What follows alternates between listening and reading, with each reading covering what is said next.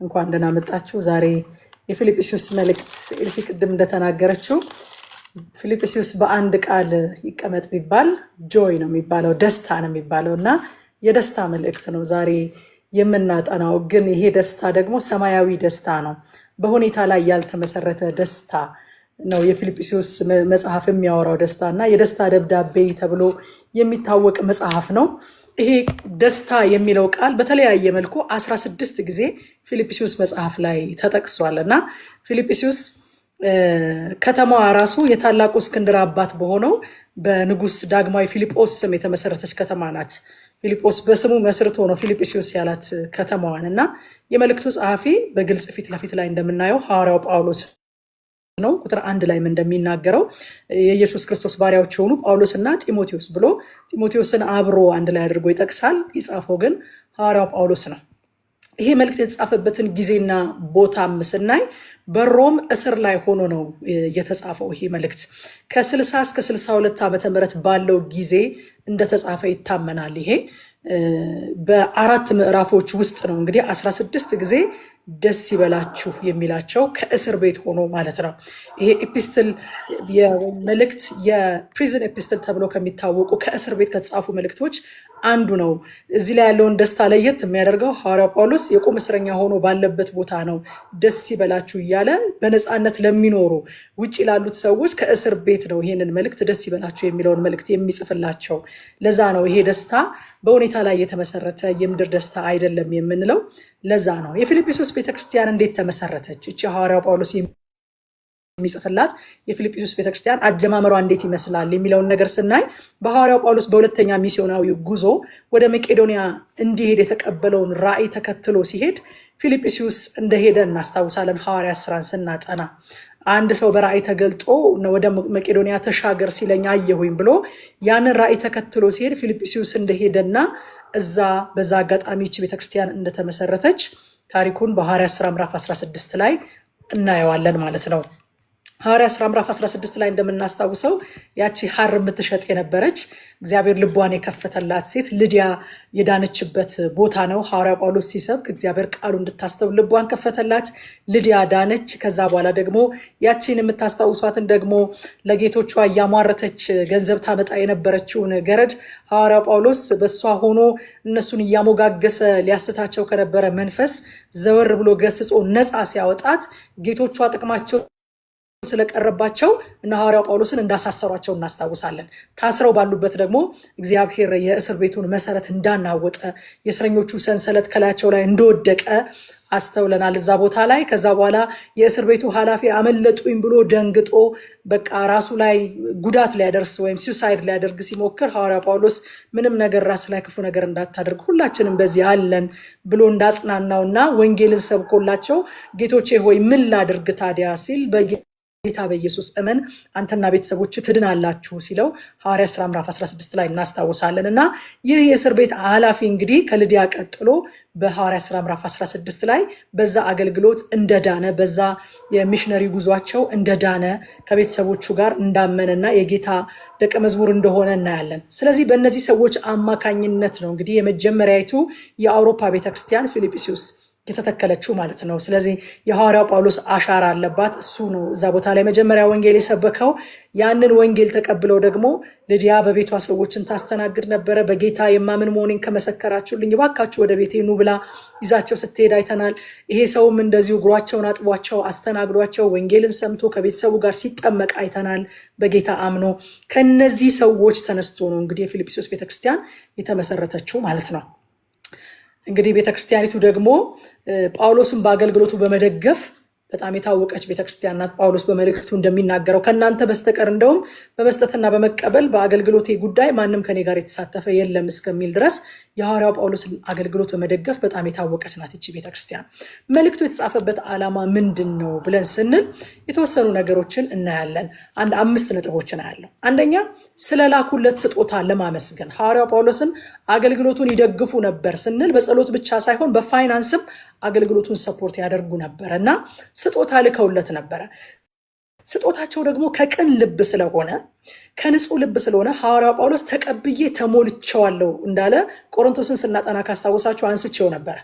ቆሮንቶሶች ብራችንን ነው የሚፈልገው ብለው ያስቡ ስለነበረ ከእናንተ ከምቀበል ብሞት እመርጣለሁኝ፣ ትምክቴን ከንቱ ከምታደርጉብኝ የእናንተን ገንዘብ ተቀብዬ አገልግሎቱን አይደለም እኛን አይደለም ገንዘብ ነው የሚፈልገው ብላችሁ እያሰባችሁ ከምትሰጡኝ እሱን ከምቀበል በሞት እመርጣለሁ ሲላቸው ቆሮንቶሳውያንን። የፊልጵስዩስ ሰዎች ግን መስጠታቸው ብቻ ሳይሆን የሚሰጡበት ልብ ራሱ በጣም ቅን በጣም ንጹህ ስለነበረ ልባቸው ስጦታችሁን እንደ መልካም መዓዛ የሆነውን መልካም ስጦታችሁን ከአፍሮዲጡ ተቀብዬ ተሞልቼዋለሁኝ ብሎ ምዕራፍ 4 ላይ እንዴት እንደሚባርካቸው እናያለንና ስጦታ ልከውለት ስለነበረ ስለላኩለት ስጦታ ለማመስገን ነው የመጀመሪያው የመልእክቱ የተጻፈበት ዓላማ። ሁለተኛው ደግሞ ስደት አለባቸው እነዚህ አማኞች በስደት እንዲጸኑ በማንኛውም ሁኔታ ውስጥ ሲያልፉ ደግሞ በጌታ ደስ እንዲላቸው ለማሳሰብ። ይሄንን የሚለው ሐዋርያ እንግዲህ አንተ አይገባህ አንተ ምን አለብህ የሚባል ሰው አይደለም። እሱ እስር ቤት ሆኖ ነው በጌታ ደስ ይበላችሁ የሚላቸው ማለት ነው። ስለዚህ በስደት እንዲጸኑና በሁኔታዎች ሁሉ ሲያልፉ በጌታ ደስ እንዲላቸው ለማሳሰብ ነው ሁለተኛው ምክንያት ይሄ የተጻፈበት። ሶስተኛው አንድነታቸውን እንዲጠብቁ ለመምከር ነው። በዚህ ሁሉ መካከል ደግሞ አንድነታቸውን ሊበትኑ ሊያውኳቸው የሚሞክሩ ሰዎች ደግሞ በመካከላቸው አሉ። ከውሾች ተጠበቁ የሚላቸው ማለት ነው። ቅድም ኤልሲ ስታነብ እንደሰማ ነው። አንድነታቸውን እንዲጠብቁ ለመምከርም ጭምር ነው የተጻፈው ዩኒቲን ለመጠበቅ። አራተኛው የሙሴን ሕግ መጠበቅ ያስፈልጋል ለሚሉና ደግሞ ሌላ ጽንፍ ደግሞ አለ። ልቅ አኗኗር በክርስትና ሕይወታችን ላይ ምንም ችግር አያመጣም ለሚሉ ለሁለቱም ሐሰተኛ አስተማሪ ክፍሎች ማስጠንቀቂያ ለመስጠት ሁለት ጽንፎች ናቸው የነበሩት። አንደኛው ጽንፍ ለመዳን በክርስቶስ ኢየሱስ ማመን ብቻ በቂ አይደለም፣ የሙሴን ሕግ መጠበቅ ያስፈልጋል፣ መገረዝም ያስፈልጋል ብሎ የሚያስተምር ከወደ አይሁድ የመጣ ጽንፍ አለ። እዚህ ደግሞ ከአሕዛብ ወገን የዳኑ ደግሞ ሌሎች አሉ።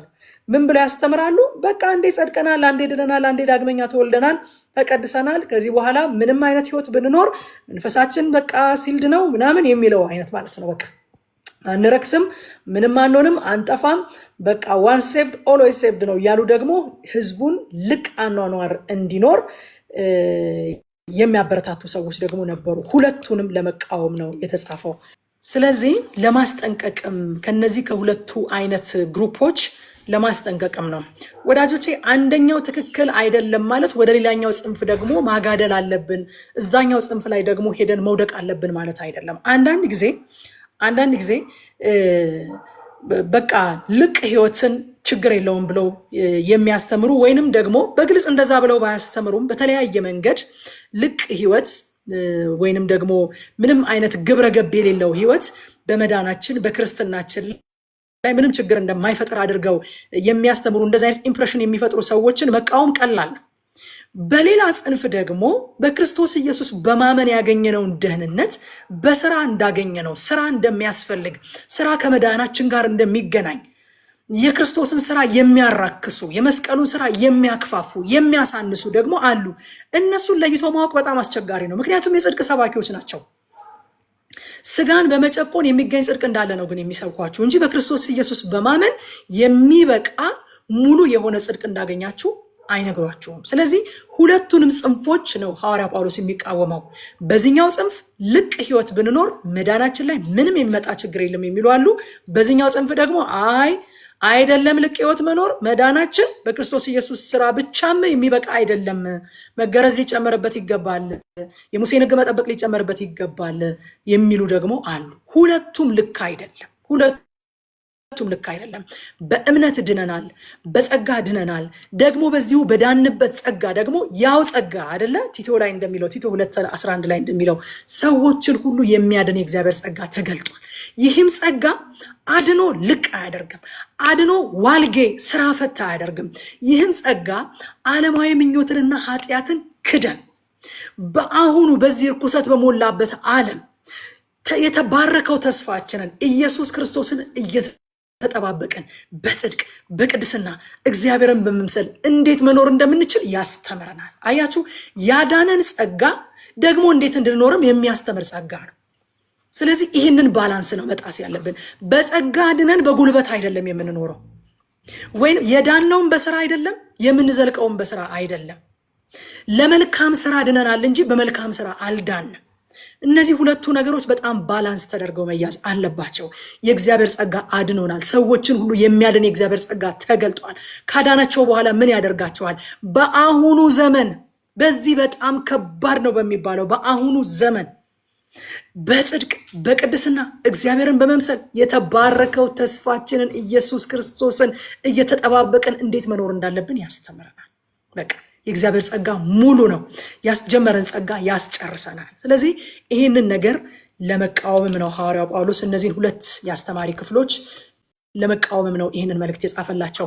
አምስተኛው መልእክቱ የተጻፈበት ዓላማ የክርስቶስን የትህትናና የአገልግሎት መንገድ ለማሳየትና እንዲከተሉት ለማስተማር የትህትናውን መንገድ እስከ ጥግ ድረስ ያሳያቸውና ክርስቶስን መምሰል ማለት ምን እንደሆነ ያስተምራቸዋል ማለት ነው።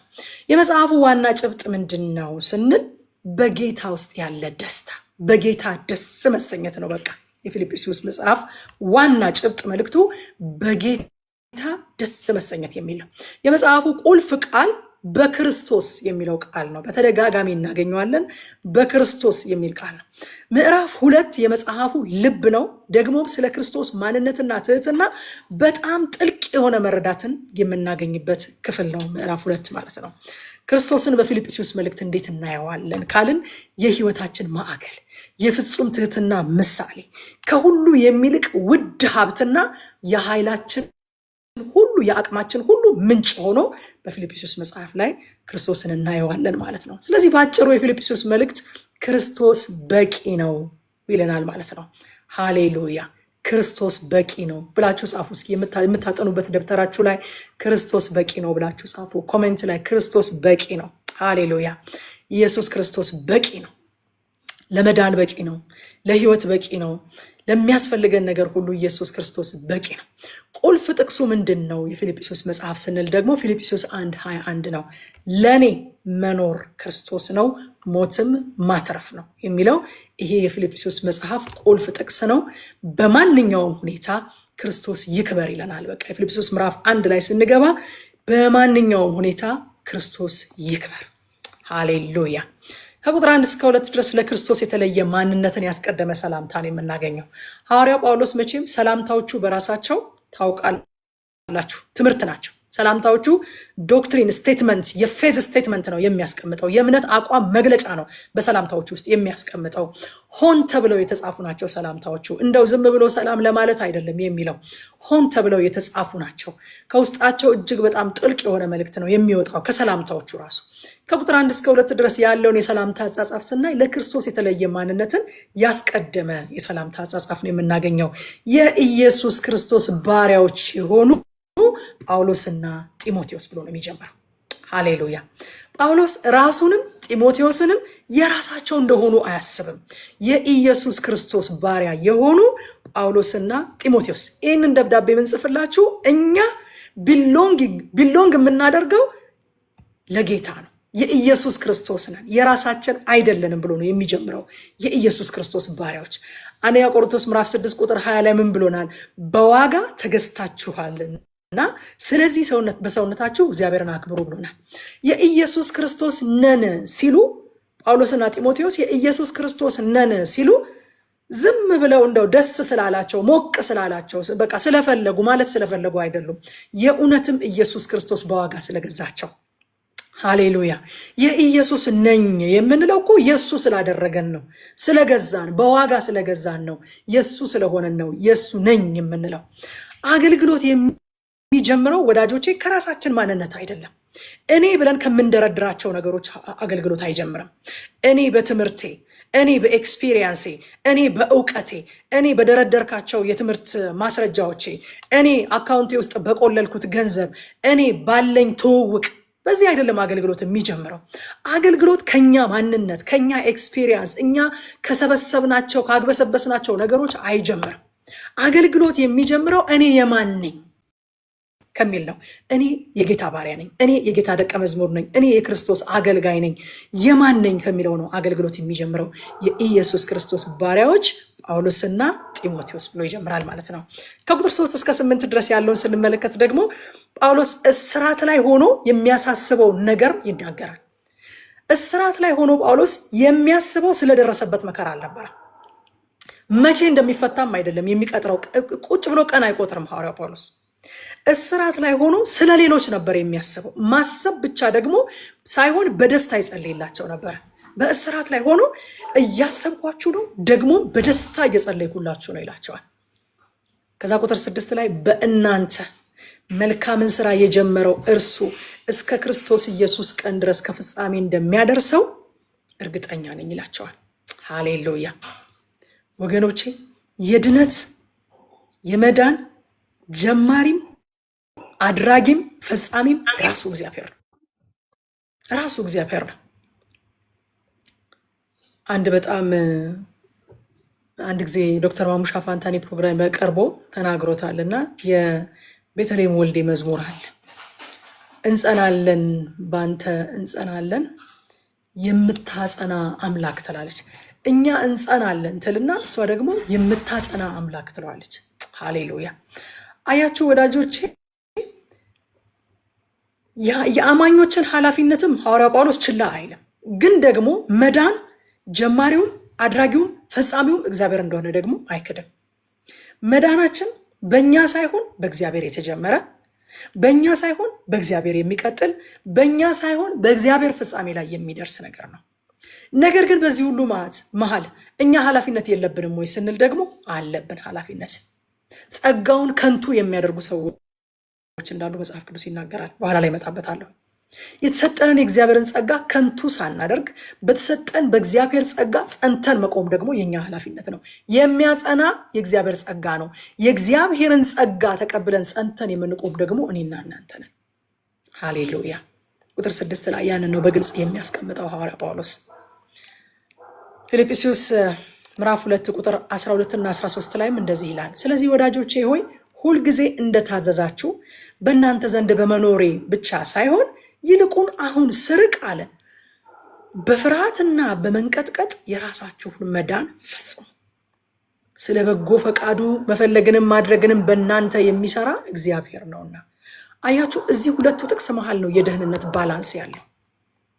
ሚዛኑን የምንጠብቀው በዚህ ነው። በእነዚህ በሁለት ጥቅሶች መዳናችሁን በፍርሃትና በመንቀጥቀጥ ፈጽሙ ይላል።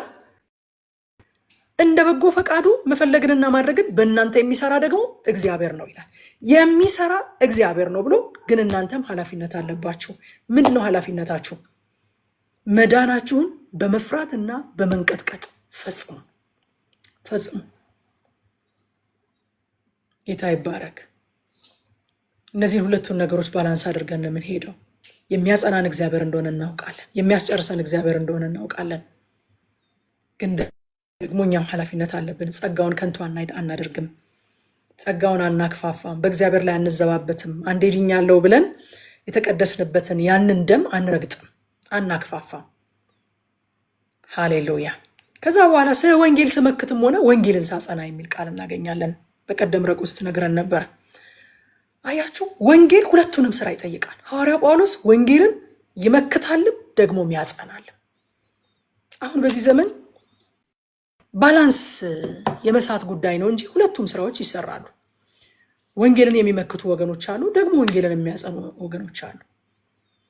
ሁለቱም በየራሳቸው ትክክል ናቸው። ባላንሳችንን እንዳልሳትን ብቻ እርግጠኛ መሆን አለብን። ሁል ጊዜ አይደለም የሚል ስብከት የለም።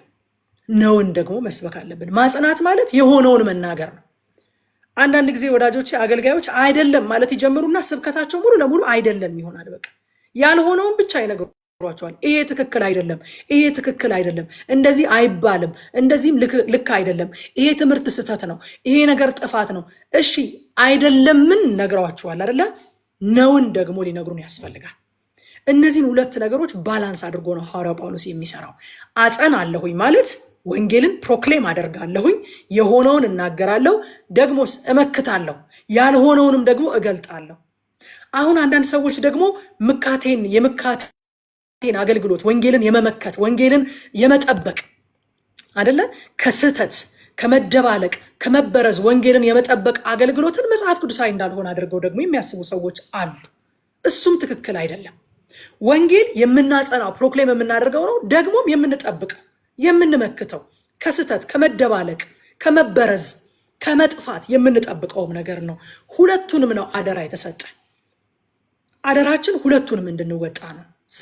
ሰዎችም ትክክል አድርገዋል የሚመከት ነገር ነው።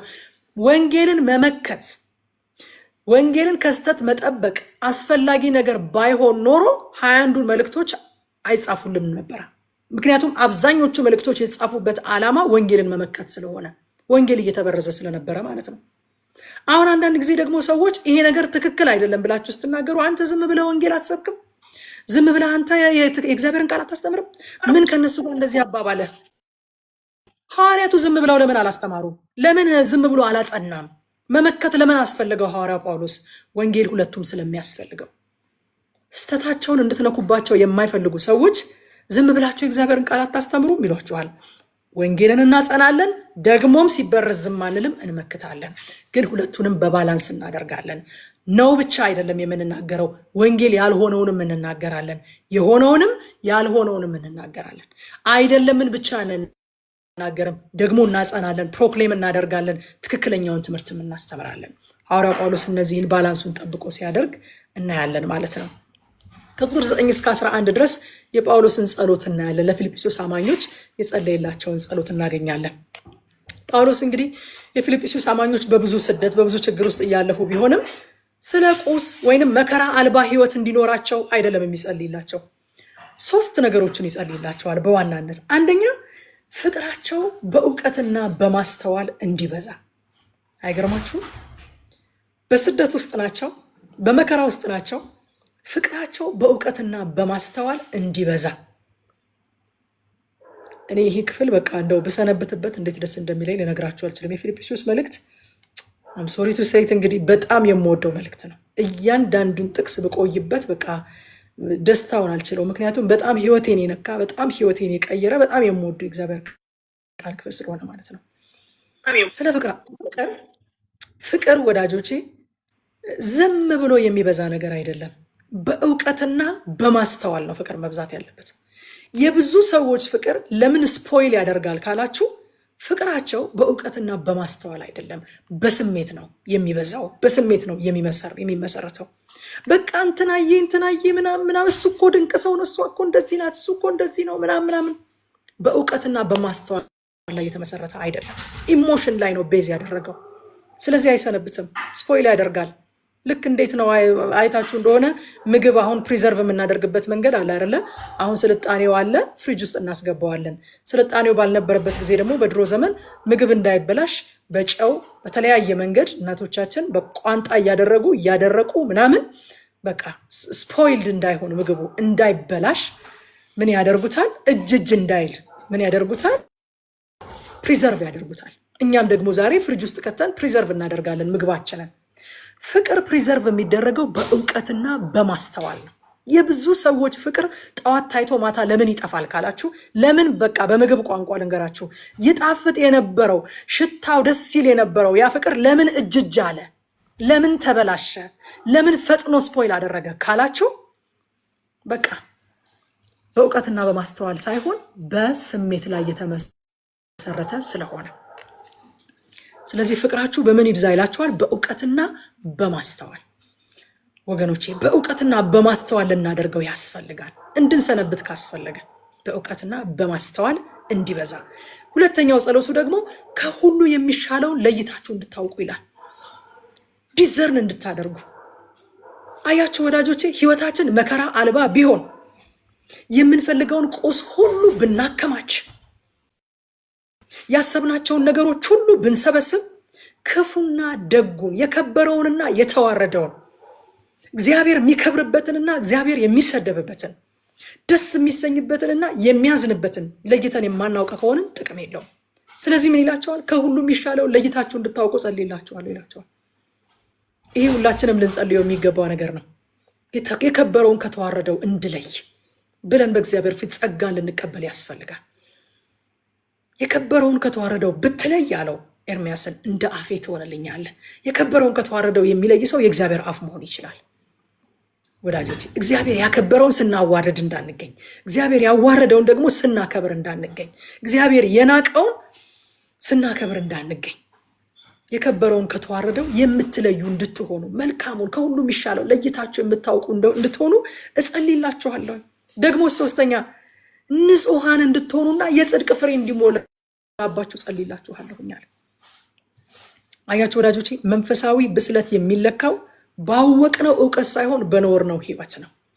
በኖርነው ህይወት በጽድቅ ፍሬ እንድትሞሉ መጽደቃችሁን አውቃችኋል። አዎ አሁን ደግሞ ብስለታችሁ እንዲገለጥ ፈልጋለሁ። በምን? በጽድቅ ፍሬ ተሞልታችሁ በንጽህና እንድትገኙ እጸልይላችኋለሁ ይላቸዋል። እዛ ከቁጥር 12 እስከ 18 ድረስ የጳውሎስ እስራት ወንጌልን እንዴት እንዳላስቆመው ደግሞ እናያለን። የጳውሎስ እስራት ወንጌልን እንዴት እንዳላስቆመ ደግሞ እናያለን። ቁጥር 12 ላይ እንደዚህ ይላቸዋል። አሁንም ወንድሞች ሆይ በእኔ ላይ የደረሰው ነገር ወንጌልን በይበልጥ እንዲስፋፋ መርዳቱን ታውቁ ዘንድ እወዳለሁ። ወገኖቼ where is our focus ነው ጥያቄው። ትኩረታችን ምን ላይ ነው ያለው? ትኩረታችን የደረሰብን ችግር ላይ ነው ወይንስ እየሆነ ያለው እየተሰራ ያለው የእግዚአብሔር ስራ ላይ ነው? የሐዋርያው ጳውሎስ ትኩረቱ እየተሰራ ያለው የእግዚአብሔር ስራ ላይ ነው እንጂ እስራቱ ላይ አልነበረም። አሁንም ወንድሞቼ ሆይ በእኔ ላይ የደረሰው ነገር ወንጌል በይበልጥ እንዲስፋፋ መርዳቱን ታውቁ ዘንድ እወዳለሁ ይላል። ታውቁ ዘንድ እወዳለሁ። ወገኖቼ እንቅፋቶች የእግዚአብሔርን ዓላማ ያንደረድሩታል እንጂ አያቆሙት። አይታችኋል። አንዳንድ ጊዜ የሆነ መንገድ እየሄዳችሁ የሆነ እንቅፋት ሲመታችሁ ባላቀዳችሁት ፍጥነት ከእንቅፋቱ የተነሳ ወደፊት ትንደረደራላችሁ አይደለም? አንዳንድ ጊዜ ሰይጣን፣ ዓለም፣ ክፉ ሰዎች የእግዚአብሔርን ስራ ስትሰሩ በፊታችሁ የሚያስቀምጧቸው እንቅፋቶች በማስቆም ፋንታ ያንደረድሯችኋል። ክብር ለኢየሱስ ይሁን። ሃሌሉያ። የሚያንደረድሩን ናቸው። ለማንደርደር እግዚአብሔር ይጠቀምባቸዋል። ወንጌልን አንደረደሩት። በሐዋርያው ጳውሎስ መታሰር ምክንያት የእግዚአብሔር ቃል እንዲታሰር ወንጌል እንዲቆም ነበረ ሰይጣን የሐዋርያው ጳውሎስን እስራት አሬንጅ ያደረገው። ጳውሎስ ግን ምን አለ? በእኔ ላይ በደረሰው ነገር ወንጌል በይበልጥ እንዲስፋፋ መርዳቱን ይህ ችግር እንድታውቁ ፈልጋለሁ አላቸው። እግዚአብሔር ለሚወዱ እንደ ሐሳቡ ለተጠሩ ነገር ሁሉ ለበጎ እንዲደረግ እናውቃለን። ግን በዚህ ሁሉ ልናስተውል የሚገባን ነገር የጳውሎስ እስራት ስለ ወንጌል ነው እንጂ ክፉ ነገርን ስለማድረግ አይደለም። ክፉ ነገርን ስለማድረግ አይደለም። አሳሪዎቹ እንኳን ይመሰክሩ ነበር። ይሄው ዘበኞቹ ምናምን ሁሉ ያውቃሉ እኔ በወንጌል ምክንያት እንደታሰርኩኝ ይላል። አሳዳጆቹ፣ አሳሪዎቹ በወንጌል እንጂ በሌላ ክፋት እንዳልታሰረ ጠንቅቀው ያውቁ ነበር። የእግዚአብሔርን ስራ ስንሰራ የእግዚአብሔርን ስራ ከመስራታችን የተነሳ ስለሚደርስብን ስለ የትኛውም ነገር እግዚአብሔር ኃላፊነቱን ይወስዳል። የእግዚአብሔር ስራ በህይወታችን እንዳይከናወን በፊታችን የሚመጣ የትኛውም እንቅፋት አያስቆመንም፣ ያንደረድረናል። ይሄ ግን ክፉ ስለማድረግ በሚደርስብንን ቅጣት አይመለከትም። እንደ ክፉ አድራጊዎች የሰው ገንዘብ ነጥቀን ወይ የሆነ ነገር አድርገን ወይ ዋሽተን ወይ ሰው በድለን ወይ ሰው ጎድተን ለሚደርስብን ነገር እግዚአብሔር ያንን ቆጥሮ ይጠቀምበታል። እግዚአብሔር የሆነ ነገር በዛ ውስጥ እየሰራ ነው ምናምን ብለን ራሳችንን እንድናጽናና ሳይሆን እኛ በታማኝነት በቅንነት የእግዚአብሔርን ስራ ስንሰራ ሰይጣንም ሆነ ክፉ ሰዎች በፊታችን የሚያስቀምጡት እንቅፋት ያንደረድረናል እንጂ አያስቆመንም። እዛ ቁጥር 18 ላይ ምን አለ ይላል። ምን አለ? ቢሆንም በሁሉ ጎዳና በማመካኘት ቢሆን ወይንም በቅንነት ቢሆን ክርስቶስ ይሰበካል፣ ስለዚህም ደስ ብሎኛል አለ። አንዳንዶች በቅናት፣ አንዳንዶች በመልካም አስተሳሰብ፣ አንዳንዶች ሐዋርያ ጳውሎስ ላይ መከራ ለማብዛት ብቻ ወንጌል በተለያየ መንገድ ይሰበክ ነበር እዛ አካባቢ። ምን ችግር አለው አለ ሐዋርያ ጳውሎስ። ምን አለበት? በሁሉ ጎዳና በማመካኘት ቢሆን ወይንም በቅንነት ቢሆን ክርስቶስ ይሰበካል፣ ለዚህም ደስ ብሎኛል። ዋው! አንዳንድ ጊዜ አስባለሁኝ ደስታችን ስራው በመሰራቱ ነው ወይስ እኛ በምንፈልገው መንገድ በመሰራቱ ነው? በቃ አንዳንድ እኮ የእግዚአብሔር መንግስት ድሎችን ሰለብሬት አናደርግም። ለምን? የኛ እጅ ስለሌለበት፣ እኛ ስላልተሳተፍንበት፣ በእኛ አጥቢያ በኩል ስላልተደረገ፣ የኛ እጅ ስለሌለበት ሰለብሬት ሁሉ አናደርግም። እንደው በቃ አፋችንን ሞልተን ልባችንን ከፍተን በሙሉ ሐሳብ ደስ አንሰኝም፣ እግዚአብሔርን አናመሰግንም። ወይ እኛ ያለንበት የሆነ ነገር መኖር አለበት። ስለዛ ነገር እግዚአብሔር እንድናመሰግንና ሰለብሬት እንድናደርግ።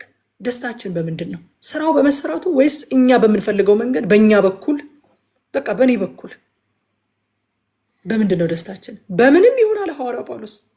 እሱም በሚጠሉት በኩል ወንጌል ስፕሬድ ሲያደርግ ሲያይ በምንም በኩል ይሁን ዋናው ነገር ለእኔ ወንጌል መሰበኩ ነው አለ። ደስ ይለኛል። ደስ ይላችኋል ወዳጆች? ደስ ይሏችኋል? ከእናንተ ጋር የማይስማሙ በእናንተ መንገድ የማይሄዱ እናንተን የማይመስሉ በግል ከእናንተ ጋር ብዙም ትውውቅም ወይንም ስምምነት የሌላቸው ሰዎች እግዚአብሔር ተጠቅሞባቸው ወንጌልን ሲያስፋፋ ስታዩ ደስ ይላችኋል? ዋናው ወንጌል መሰራቱ ነው ትላላችሁ? የኔና የሷ አለመስማማት ወይ አንድ ቡድን ውስጥ አለመሆን፣ አንድ አጥቢያ አለመሆን፣ በአንድ ተቋም አለመሆን፣ አንድ ቤተ እምነት ውስጥ አለመሆን እሱ አይደለም ዋናው የእግዚአብሔር ስራ መሰራቱ ነው ትላላችሁ እንል ይሆን? እንደዚህ አይነት የሐዋርያው ጳውሎስ አይነት ልብ ይኖረን ይሆን? ራሳችንን እንድንጠይቅ ብቻ ተወዋለሁ። እሱን ከቁጥር 19 እስከ 20 የጳውሎስን የህይወት ግብ እናያለን። የህይወቱ የመጨረሻ ግብ ከመከራ መትረፍ የሆነ የተመቻቸ ህይወት ውስጥ መግባት አይደለም፣ ክርስቶስን ማክበር ነው። ምንድነው የምትፈልገው ሐዋርያው ጳውሎስ? አሁን እዚህ በእስራት ነው ያለው፣ ባልተመቻቸ ሁኔታ ውስጥ ያለ በደል ያለ ጥፋት ታስረን ያለው። ምንድነው የምትፈልገው? ምንድነው ለአንተ አልቲሜት ጎል? ክርስቶስን ማክበር። መፈታትም አይደለም፣ መፈታትንም ቢያይልም ቢፈቱት ከመከራ መውጣትም አይደለም፣ መከራን ጠይቆ ፈልጎ ጋብዞት አይደለም፣ በመንገዱ መጥቶበት ነው። የተመቻቸ ህይወት አይደለም፣ የተመቻቸ ህይወትንም ጠልቶ አልፈልግም ብሎ አይደለም። ግን አልቲሜት ጎልህ ምንድነው ብላችሁ ብትጠይቁት ክርስቶስን ማክበር ነው። እነዚህ ሁሉ አይደሉም ነው የሚላችሁ። እነዚህ ሁሉ አይደሉም፣ የህይወት የመጨረሻ ግብ ሆነው ሊቀመጡ አይችሉም። እነዚህ ሁሉ መልካም ነገሮች ናቸው። እንጸልያለን። በመከራ ውስጥ ያለ ሰው እግዚአብሔር ከመከራ እንዲያድነው ይጸልያል፣ መጸለይም አለበት። ይጸልይ ይላል። በቃ በመከራ ውስጥ የሚያልፍ ሰው ይጸልይ ይላል መጽሐፍ ቅዱስ። መጸለይ አለበት። ግን አልቲሜት ጎል፣ የህይወት አልቲሜት ጎል፣ የመጨረሻው ግብ ምንድነው ከተባለ ከመከራ መውጣትም፣ መከራ አልባ ህይወት መኖርም፣ የተመቻቸ ነገር ውስጥ መግባትም፣ የሆነ ብዙ ገንዘብ ማግኘትም፣ እነዚህ ሁሉ መልካም ነገሮች እኮ ናቸው። ግን የህይወት ግብ አይደሉም። የህይወት ግብ ምንድነው ከተባለ ክርስቶስን ማክበር። ክርስቶስን ማክበር በህይወትም ሆነ በሞት በቃ ክርስቶስ በስጋይ እንዲከበር ነው የምፈልገው ነው ያለ። ዋናው ነገር መሞቴም አይደለም፣ በህይወት መኖሬም አይደለም፣ ክርስቶስ በስጋይ መከበሩ ነው። እዛ ቁጥር 21 ላይ በጣም ታዋቂ የሆነ ጥቅስ እናገኛለን። ለኔ መኖር ክርስቶስ ነው፣ ሞትም ማተረፍ ነው። ይሄ እንግዲህ የመጽሐፉ ቁልፍ ቃል ነው ብለናል። የዚህ ምዕራፍም ዋና ልብ ነው ይሄ ቃል። ለኔ መኖር ክርስቶስ ነው፣ ሞትም ማትረፍ ነው የሚለው ማለት ነው። የመጽሐፉ ቁልፍ ቃል ነው ይሄ ቃል። መኖር ክርስቶስ ነው ማለት ምን ማለት ነው? የህይወቴ ማዕከልና ዓላማ ክርስቶስ ነው። የህይወቴ ዋጋው፣ ተመኑ፣ ቫሊዩ ክርስቶስ ነው። እግዚአብሔር ስለ እኔ ህይወት የተመነው ክርስቶስን ነው። ህይወትን ለራሴ ሳይሆን የምኖረው ለክርስቶስ ነው ማለት ነው። ለእኔ መኖር ክርስቶስ ነው ማለት። ገላትያ 2 ላይም ይህንን ክፍል ረቁስ ታስጠናን ካስታወሳችሁ ነግራናለች። 2:20 ላይ እንደዚህ ይላል። ገላትያ 2:20 ላይ ከክርስቶስ ጋር ተሰቅያለሁኝ አለ። እኔ አሁን ሕያው ሆኜ አልኖርም፣ ክርስቶስ ግን በእኔ ይኖራል። አሁንም በስጋ የምኖርበት ኑሮ በወደደኝና ስለ እኔ ራሱን በሰጠው በእግዚአብሔር ልጅ ላይ ባለ እምነት የምኖረው ነው። ሃሌሉያ ሃሌሉያ። በቃ መኖር ማለት ለክርስቶስ ነው። ሐዋርያ ጳውሎስ የሚያውቀው መኖር ከዚህ በፊት ስንማር ቆሮንቶስ ላይ ተነጋግረናል በደንብ። እኛ ሞት ነበረን፣ እሱ ህይወት ነበረው። እንደው ምን ብለናል? ህይወቴን ለክርስቶስ ሰጠሁት የሚለው ቃል ራሱ በደንብ ሲፈተሽ እኮ ትክክል አይደለም። እኔ ሞቴን የሰጠሁት እሱ ነው ህይወቱን የሰጠኝ። እኔ መች ህይወት ነበረኝ? ሙታን ሳለን በኃጢአታችንና በበደላችን ሙታን ነበርን እኮ ነው የሚለው መጽሐፍ ቅዱስ። እኔማ ሙት ነበርኩኝ፣ ምን የምሰጠው ህይወት አለኝ? ሞቴን ወሰደና ህይወቱን ሰጠኝ። ስለዚህ አሁን የምኖረው የኔን ህይወት አይደለም። እሱ የሞተው የኔን ሞት ነው፣ የራሱን አይደለም። እኔም ደግሞ የምኖረው የኔን ሳይሆን የራሴን የሱን የክርስቶስን ህይወት ነው። ክብር ለእግዚአብሔር ይሁን። እዛ ከቁጥር 22 እስከ 26 ድረስ በጣም በሚገርም ነገር ሐዋርያው ጳውሎስ እንደው ለምርጫ የቸገረው አይነት ነገር አድርጎ የሚያቀርባቸውን ነገሮች እናያለን። መኖር ይሻላል ወይስ መሞት ይላል። ወዳጆቼ ሐዋርያቱ የገባቸው ነገር እንዲገባን እግዚአብሔር ይርዳል። መኖር ይሻላል ወይስ መሞት? መሞት አለ ቁጭ ብሎ ያሰላዋል። የቱ ይሻላል? ማን ነው አሁን ከኔና ከእናንተ መካከል ቁጭ ብሎ በሞትና በህይወት መካከል መምረጥ ተቸግሮ በሞት ይሻላል ብኖር የሚል ሰው? አረኛ መኖር ነው የምንፈልገው። አረ መኖር ነው የምንፈልገው። ባለፈው ነግራቸዋለሁ። ፓስተር ጆኒ የሚባል ሰው ኢንተርቪው ሳደርገው ኒቆዲሞስ ሾው ላይ እኔ በጣም ነው የምደነቀው አለ። 80 ዓመት ያለፋቸው የ87 ዓመት አዛውንት በጌታ የሆኑ ታመዋል። ስለዚህ በቤተ ክርስቲያን አጥብቃችሁ ጸልዩ፣ አጥብቃችሁ ጸልዩ። በቃ እግዚአብሔር እንዲምራቸው እንዲኖሩ እድሜ እንዲቀጥልላቸው አጥብቃችሁ ጸልዩላቸው ተብሎ ለቤተ ክርስቲያን መልእክት ይነገራል። ጥቅስ እየተጠቀሰ በቤተ ክርስቲያንም ለጴጥሮስ በጥብቅ ጸሎት ይደረግ ነበር የሚለው ጥቅስ እየተጠቀሰ ጴጥሮስ ከዛ እስር ቤት ወጥቶ ብዙ ስራ ሊሰራ ብዙዎችን ከጨለማ ወደሚደነቀው ብርሃን የሚያፈልሰውን የምስራቹን ወንጌል ቃል ሊሰብክ አጥብቃ ቤተ ክርስቲያን ተጸልይለት ነበር። የ87 ዓመት ሰው ያመነ ሰው ከዚህ በኋላ የሚሰራው ነገር ከሌለው ጌታ ሆይ ምንድነው ሐሳብ ብለን የማንጠይቀው ለምን እንደሆነ አይገባኝም አለ። በነገራችን ላይ እኔ እዚህ መረዳት ላይ ደርሼ አይደለም የምነግራችሁ፣ በጣም ቻሌንጅድ ሆኜ እውነት ወዴት እንደምንሄድ እርግጠኞች ነን። እንዴት ነው ላለመሄድ የምንፍጨረጨረው? እንዴት ነው እኛ ላለመሄድ በቃ እንዴት ነው የምንሆነው? እንዴት ነው የተጣበቅነው ከምድር ጋር? ሐዋርያ ጳውሎስ ቁጭ አድርጎ ጠረጴዛ ላይ ሁለቱን ምርጫ የቱ ይሻላል? መኖር ይሻላል ወይስ መሞት ይላል። ኧረ ምንድነው የገባቸው እነዚህ ሰዎች? በእውነት መሞት ይላል። ከክርስቶስ ጋር መኖር ነው። በጣም ደስ ይላል። እንደኔ በመርጠው እሱን ነበር አለ። መኖር ደግሞ ሌሎችን መጥቀም ነው። ዋው! መኖርን የሚመርጠው ሌሎችን ለመጥቀም ነው እንጂ ለኔ በሞት ነው የሚሻለው። ሄጂ ከክርስቶስ ጋር መኖር ነው የምፈልገው። አሁን እዚህ ያለውን ህይወት እንደውም የስደት ህይወት፣ የመጻተኝነት ህይወት ብሎ ነው የሚቆጥረው። ከጌታ ተለይተን በስደት ነው ያለነው እዚህ ያለ። ወደ ትክክለኛው አድራሻችን ወደ ትክክለኛው ዴስቲኒያችን የምንሄደው ወደ ጌታ ስንሄድ ነው አለ። ስለዚህ መሄድ ይሻላል እኮ አለ። መሞት እኮ ይሻላል፣ ምክንያቱም ከክርስቶስ ጋር መኖር ነው አለ። ግን ደግሞ በመኖሬ ሌሎችን እጠቅማለሁ። ስለዚህ በቃ ለእናንተ ስል መኖርን እመርጣለሁኝ ነው። አያችሁ ወዳጆቼ፣ ህይወት ትርጉም የሚያገኘው ከራሳችን ወጥተን ለሌሎች ከኖርን ብቻ ነው። በቃ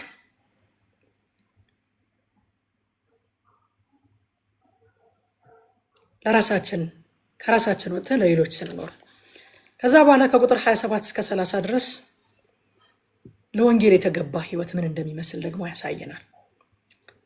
ለወንጌል የተገባ worthy of the gospel፣ ለክርስቶስ ወንጌል የተገባ ህይወት ምን እንደሚመስል ያሳየናል። ወገኖቼ የምንኖረው ህይወት የወንጌልን ዋጋ ይናገራል። ለወንጌል የሚገባው ኑሮ ይሄ ነው እያለን ነው፣ በሌላ ቋንቋ ማለት ነው። ኑሯችን ኑሮ ብቻ ሳይሆን ትምህርት ነው በሌላ አማርኛ። አሁን አንድ ሰው ሰርግ ጠራችሁ አንድ ቦታ። ሰርጉ የጠራችሁ ማን እንደሆነ ታውቃላችሁ። ምን አይነት ድግስ ሊደግስ እንደሚችል ታውቃላችሁ። ምን አይነት ሰዎችን እንደሚጠራ፣ ምን አይነት ቦታ ሰርጉን እንዳዘጋጀ። ሌትስ ሴይ በእኛ ሀገር ሸራተን ነው ሰርጉ የተዘጋጀው። እዛ ቦታ ላይ የሚመጡ ሰዎች ሰርጉ ምን አይነት አለባበስ እንደሚገባው ታውቃላችሁ። ስለዚህ ከቤታችሁ ስትወጡ የሚያያችሁ ሰው የት ነው ዛሬ ብሎ ይጠይቃችኋል። ሰርግ ምን አይነት ሰርግ ነው እባክህ? ሸራተን እንትና እኮ ሰርግ ጠርቶኛል። ምን እያላችሁ ነው? በአለባበሳችሁ ለሰርጉ የሚገባው የሚመጥነው አለባበስ ይሄ ነው ብላችሁ አንደበታችሁ ሳይናገር አለባበሳችሁ ቀድሞ የምትሄዱበት ሰርግ ምን አይነት የከበረ ሰርግ እንደሆነ እየተናገረ ነው። አንደበታችን ሳይናገር ኑሯችን የተቀበልነው ወንጌል የሚገባው እንደዚህ መኖር ነው እያለ እየተናገረ ነው። የተቀበልነው ጌታ ዲዘርቭ የሚያደርገው እንደዚህ አይነት ህይወት ነው። ኢየሱስ የሚገባው እንዲህ አይነት ህይወት ነው፣ እንዲህ አይነት አገልግሎት ነው፣ እንዲህ አይነት ኑሮ ነው እያልን ከንግግራችን ቀድሞ ኑሯችን እየተናገረ ነው። ልክ ወደ ሰርግ ስትሄዱ ወደ የትኛው ሰርግ ወደ ምን አይነት ሰርግ እንደምትሄዱ ሳትነግሩን በፊት አለባበሳችሁን አይተን ወዴት ነው እንዳልናችሁ ኑሯችንን አይተው ሰዎች ኦኬ ለወንጌላቸው የሚመጠነው ህይወት ይሄ ነው ማለት ነው ይላሉ። ለተከተሉት ጌታ የሚመጠነው ህይወት፣ የሚመጠነው መገዛት፣ የሚመጠነው መታዘዝ፣ የሚመጠነው አገልግሎት ይሄ ነው ማለት ነው ይሏችኋል። ለወንጌል ለክርስቶስ ወንጌል የተገባ ህይወት አባቶቻችን ህይወታቸውን አሳልፈው ሲሰጡ ምን እያሉ ነው? ለወንጌል የሚገባ ነው፣ ወርዝ ያደርጋል እያሉ ነው። ኢየሱስ ወርዝ ያደርጋል፣ ወንጌል ወርዝ ያደርጋል። እኛስ ዛሬ ትንሿን ጣታችንን ማንቀሳቀስ አንፈልግም። ዝናብ እያካፋ ወደ ቤተክርስቲያን መሄድ አንፈልግም። ምን እያለን ነው? ኧረ የዚህን አክልማ ዋጋ አልከፍልም፣ ለወንጌል የዚህን አክል ዋጋ አልከፍልም እያለ ነው። አባቶቻችን ዘቅዝቃችሁ ስቀሉኝ፣ ለወንጌል ሲያንሰው ነው። እንደዚህ በቀጥታ መሰቀል ለወንጌል ሲያንሰው ነው። ዘቅዝቃችሁ ስቀሉኝ ብለው ተዘቅዝቀው ይሰቀሉ ነበር። ትንሿ ነገር የምትበዛብን የምናደርገው ነገር እንደዚህ ትርጉም እንዳለው ስለማናውቅ ነው። ይሄ ነው እያለን ነው። ለወንጌል የተገባ ህይወት ይሄ ነው እያለን ነው። በህይወታችን እየሰበክን ነው ወዳጆቼ፣ እየሰበክን ነው። ኑሯችን የወንጌልን ዋጋ ይናገራል። መከራን መታገስ፣ አንድነትን መጠበቅ ለወንጌል የሚገባ ህይወት ነው ይላቸዋል። መከራን የምንታገሰው ለምንድን ነው? ለወንጌል ስለሚገባው፣ ለተቀበልነው ወንጌል ስለሚገባው፣ ሲያንሰው ነው እያሉ ነው እነሱ መከራን የሚቀበሉ የነበሩ። የፊልጵስዩስ አማኞች ይገባል፣ ለክርስቶስ ወንጌል መከራን መታገስ ይገባል፣ ወርዝ ያደርጋል እያላቸው ነው። አንድነታችሁን የሚበጠብጥ ብዙ ነገር ይኖራል፣ ግን ስቲል ዩኒቲያችሁን ለመጠበቅ የሚያስፈልገውን ዋጋ መክፈል ለወንጌል ከሆነ ይገባል እያላቸው ነው። ተገቢ ነው፣ ወርዝ ያደርጋል እያላቸው። ቁጥር 29 ላይ ክርስቶስን የማገልገል ዕድል የተሰጣችሁ በእርሱ እንድታምኑ ብቻ ሳይሆን በእርሱ ምክንያት መከራ እንድትቀበሉም ጭምር ነው። ዋው! ጌታን የማገልገል ዕድል የተሰጣችሁ በእርሱ እንድታምኑ ብቻ ሳይሆን በእርሱ ምክንያት መከራ እንድትቀበሉም ጭምር ነው። ስለ ክርስቶስ መከራ መቀበል የጥሪያችን አካል ነው። ፓኬጅ እንዴት ነው? አሁን ጥቅል ገዝታችሁ አታውቁም? እኔ ጥቅል ነው የምገዛው ለስልኬ፣ የኢንተርኔት የመደወያ ምናምን ብለን ጥቅል እንገዛለን አይደለም? በቃ ሲያስፈልግ እንጠቀምበታለን። ማለት ግዴታ አረ ጥቅል ገዝቻለሁ ብዬ ማያስፈልገኝን ስልክ እኮ አልደውልም። አሁን የቴክስቱን ብዙ ጊዜ አንጠቀምበትም። እንደውም የቴክስት አብረን እንገዛና ግን ብዙ ነገሮች ኦንላይን ስለሆኑ ዛሬ የምንላላከው አንጠቀምበትም። ብዙ ጊዜ ግን ሲያስፈልግ እንጠቀምበታለን አይደለም? ጥሪያችን ውስጥ ቢያስፈልግ መከራ መቀበል አለ። ሳያስፈልግ መከራ በህይወታችን ላይ እየጠራን አናመጣም። የማገልገል ዕድል የተሰጣችሁ ጥሪያችሁ ውስጥ ፓኬጁ ውስጥ ማመን ብቻ ሳይሆን በእርሱ ምክንያት መከራ እንድትቀበሉም ጭምር ነው። ፓኬጁ ስለ ስሙ መከራ መቀበል የሚል አለበት። ሲያስፈልግ የቴክስቱን ፓኬጅ እንደምንጠቀም ሲያስፈልግ ስለ ክርስቶስ ስም መከራ መቀበል ይኖርብናል ማለት ነው። ሁለተኛ ጢሞቴዎስ ምዕራፍ 3 ቁጥር 12 ላይ እንደውም እንደዚህ ይላል። ጢሞቴዎስ ላይ የበለጠ ያጠብቀዋል። በእርግጥ በክርስቶስ ኢየሱስ በእውነተኛ መንፈሳዊ ህይወት መኖር የሚወዱ ሁሉ ይሰደዳሉ። ወዳጆቼ በአንድም በሌላም በእርግጥ በክርስቶስ ኢየሱስ በእውነተኛ መንፈሳዊ ህይወት መኖር የሚወዱ ሁሉ ይሰደዳሉ። የቀድሞ ትርጉም በእውነት በክርስቶስ ኢየሱስ እግዚአብሔርን የመሰሉ የሚኖሩ ሁሉ ይሰደዳሉ የሚለው ማለት ነው። በእርግጥ ነው፣ ሹርሊ፣ ምናልባት አይደለም፣ ሹርሊ በአንድም በሌላም በክርስቶስ ኢየሱስ ሆነው እግዚአብሔርን በመምሰል በእውነተኛ መንፈሳዊ ህይወት መኖር የሚወዱ ሁሉም ይሰደዳሉ። አንዳንዶች አይደሉም። አንዳንዶቻችን እስከዛሬ ያልተሰደድን ይሆናል፣ ወደፊት ግን እንሰደዳለን። ፓኬጅ ውስጥ አለ። ሐዋርያት ሥራ ምዕራፍ 14 ቁጥር 22 ላይ ሐዋርያው ጳውሎስ እንደዚህ ያደርጋል። ደቀ መዛሙርቱንም ይላል የደቀ መዛሙርቱንም ልብ በማበረታታትና በእምነታቸው ጸንተው እንዲኖሩ በመምከር ወደ እግዚአብሔር መንግስት ለመግባት በብዙ መከራ ማለፍ አለብን አሏቸው። it is a must እንደውም it is a must ወደ እግዚአብሔር መንግስት ለመግባት በብዙ መከራ ማለፍ አለብን አሏቸው። ጌታ ኢየሱስ ክርስቶስ ስለ ኃጢአታችን ስለ በደላችን የሚሆነውን ዋጋ ሁሉ በመስቀሉ ላይ ከፍሎታል። ጌታ ተጀመረ አይደለም ያለው፣ ተገባደደ አይደለም ያለው፣ ተፈጸመ ነው ያለው። ፈጽሞታል። ግን ስለ ስሙ፣ ስለ እግዚአብሔር መንግስት፣ ስለ ጽድቅ፣ ስለ እግዚአብሔር ቃል እውነት የምንከፍለውን ዋጋ ግን አልከፈለልንም። እሱ በክርስቶስ ከማመን ጋር አብሮ ፓኬጅ ሆኖ ተሰጥቶናል። ዛሬ እኛ መከራ የምንቀበለው ወይንም የምንሰደደው ወይንም ዋጋ የምንከፍለው ለመጽደቅ አይደለም፣ የእግዚአብሔርን ምሕረት ለማግኘት አይደለም፣ የኃጢአት ይቅርታ ለማግኘት አይደለም፣ የእግዚአብሔር ልጅ ለመሆን አይደለም፣ የእግዚአብሔር መንግስት ወራሽ ለመሆን አይደለም። እነዚህ ሁሉ ነገሮች በክርስቶስ ኢየሱስ የመስቀል ስራ ተፈጽመዋል። it is finished ብሏል ጌታ፣ ተፈጽመዋል ብሏል። ግን ደግሞ አንድ ያልተፈጸመ ነገር አለ። ስለ ወንጌል፣ ስለ ስሙ፣ ስለ እግዚአብሔር ቃል፣ ስለ ጽድቅ የምንቀበለውን መከራ ግን አልከፈለልንም። እሱን ትሰደዳላችሁ ነው ያለው። በብዙ መከራ ወደ እግዚአብሔር መንግስት ለመግባት ማለፍ አለባችሁ ነው የተባለው። ስለዚህ ምን እንማር ከዚህ ምዕራፍ? አንደኛ የእውነተኛ ደስታ ምንጩ ክርስቶስ እንጂ ሁኔታ እንዳይደለ ከዚህ ምዕራፍ ላይ እንማራለን።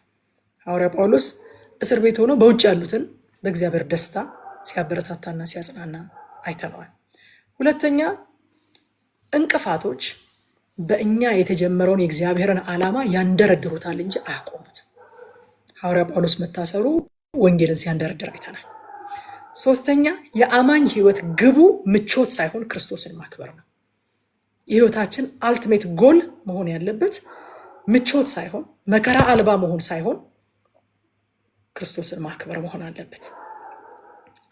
አራተኛ በክርስቶስ ለማመን ብቻ ሳይሆን ቢያስፈልግ ስለ ስሙ መከራ ለመቀበል ተጠርተናል። እነዚህን ነገሮች ከምዕራፍ 1 ላይ እናያለን ማለት ነው። ጌታ ይባረክ።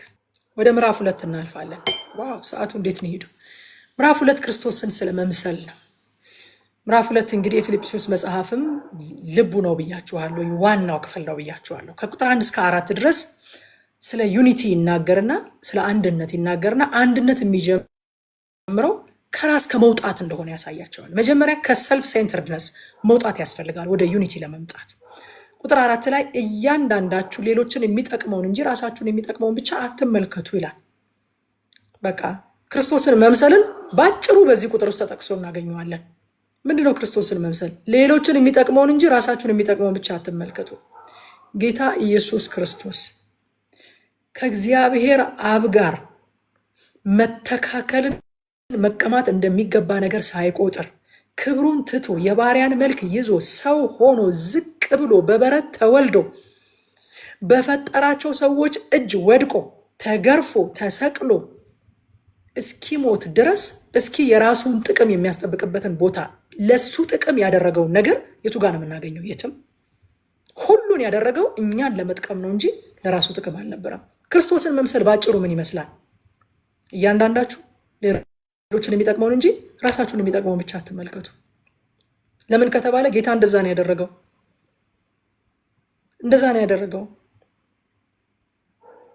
ከተወለደበት ጊዜ ጀምሮ እስከሚያደርግበት ጊዜ ድረስ እያንዳንዱ ፕሮሰስ ብንመለከት ራሱን የሚጠቅመውን ሳይሆን እኛን የሚጠቅመንን ነገር ነው ያደረገው። ሮሜ ምዕራፍ 12 ቁጥር 10 ላይም እርስ በርሳችሁ በወንድማማች መዋደድ አጥብቃችሁ ተዋደዱ፣ አንዱ ሌላውን ከራሱ በማስበለጥ እርስ በርሳችሁ ተከባበሩ ይላል። በወንድማማች መዋደድ። በነገራችን ላይ ሐዋርያው ጳውሎስ ይህንን ወንድማማችነት የሚገልጸው በምን አይነት ነገር እንደው ታውቃላችሁ? እንደው ዝም ብለን እኛ የአንድ ሀገር ልጅ የአንድ አካባቢ ሰው ምናምን ወንድሜ ምናምን እንደምንለው ሳይሆን ማህፀን የተጋሩ ሰዎች፣ በአንድ ማህፀን የተኙ ሰዎች የሚጠሩበትን ቃል ነው በወንድማማች መዋደድ አጥብቃችሁ ተዋደዱ የሚለው። የእናታችሁን ልጅ በምትወዱበት፣ ወንድማችሁን በምትወዱበት፣ ከአንድ እናት የተወለዳችሁትን እሱን በምትወዱበት መዋደድ ተዋደዱ ይላቸዋል። ወንድም ስለ ወንድምነቱ ነው እንጂ ምን ይጠቅመኛል ተብሎ አይወደድም።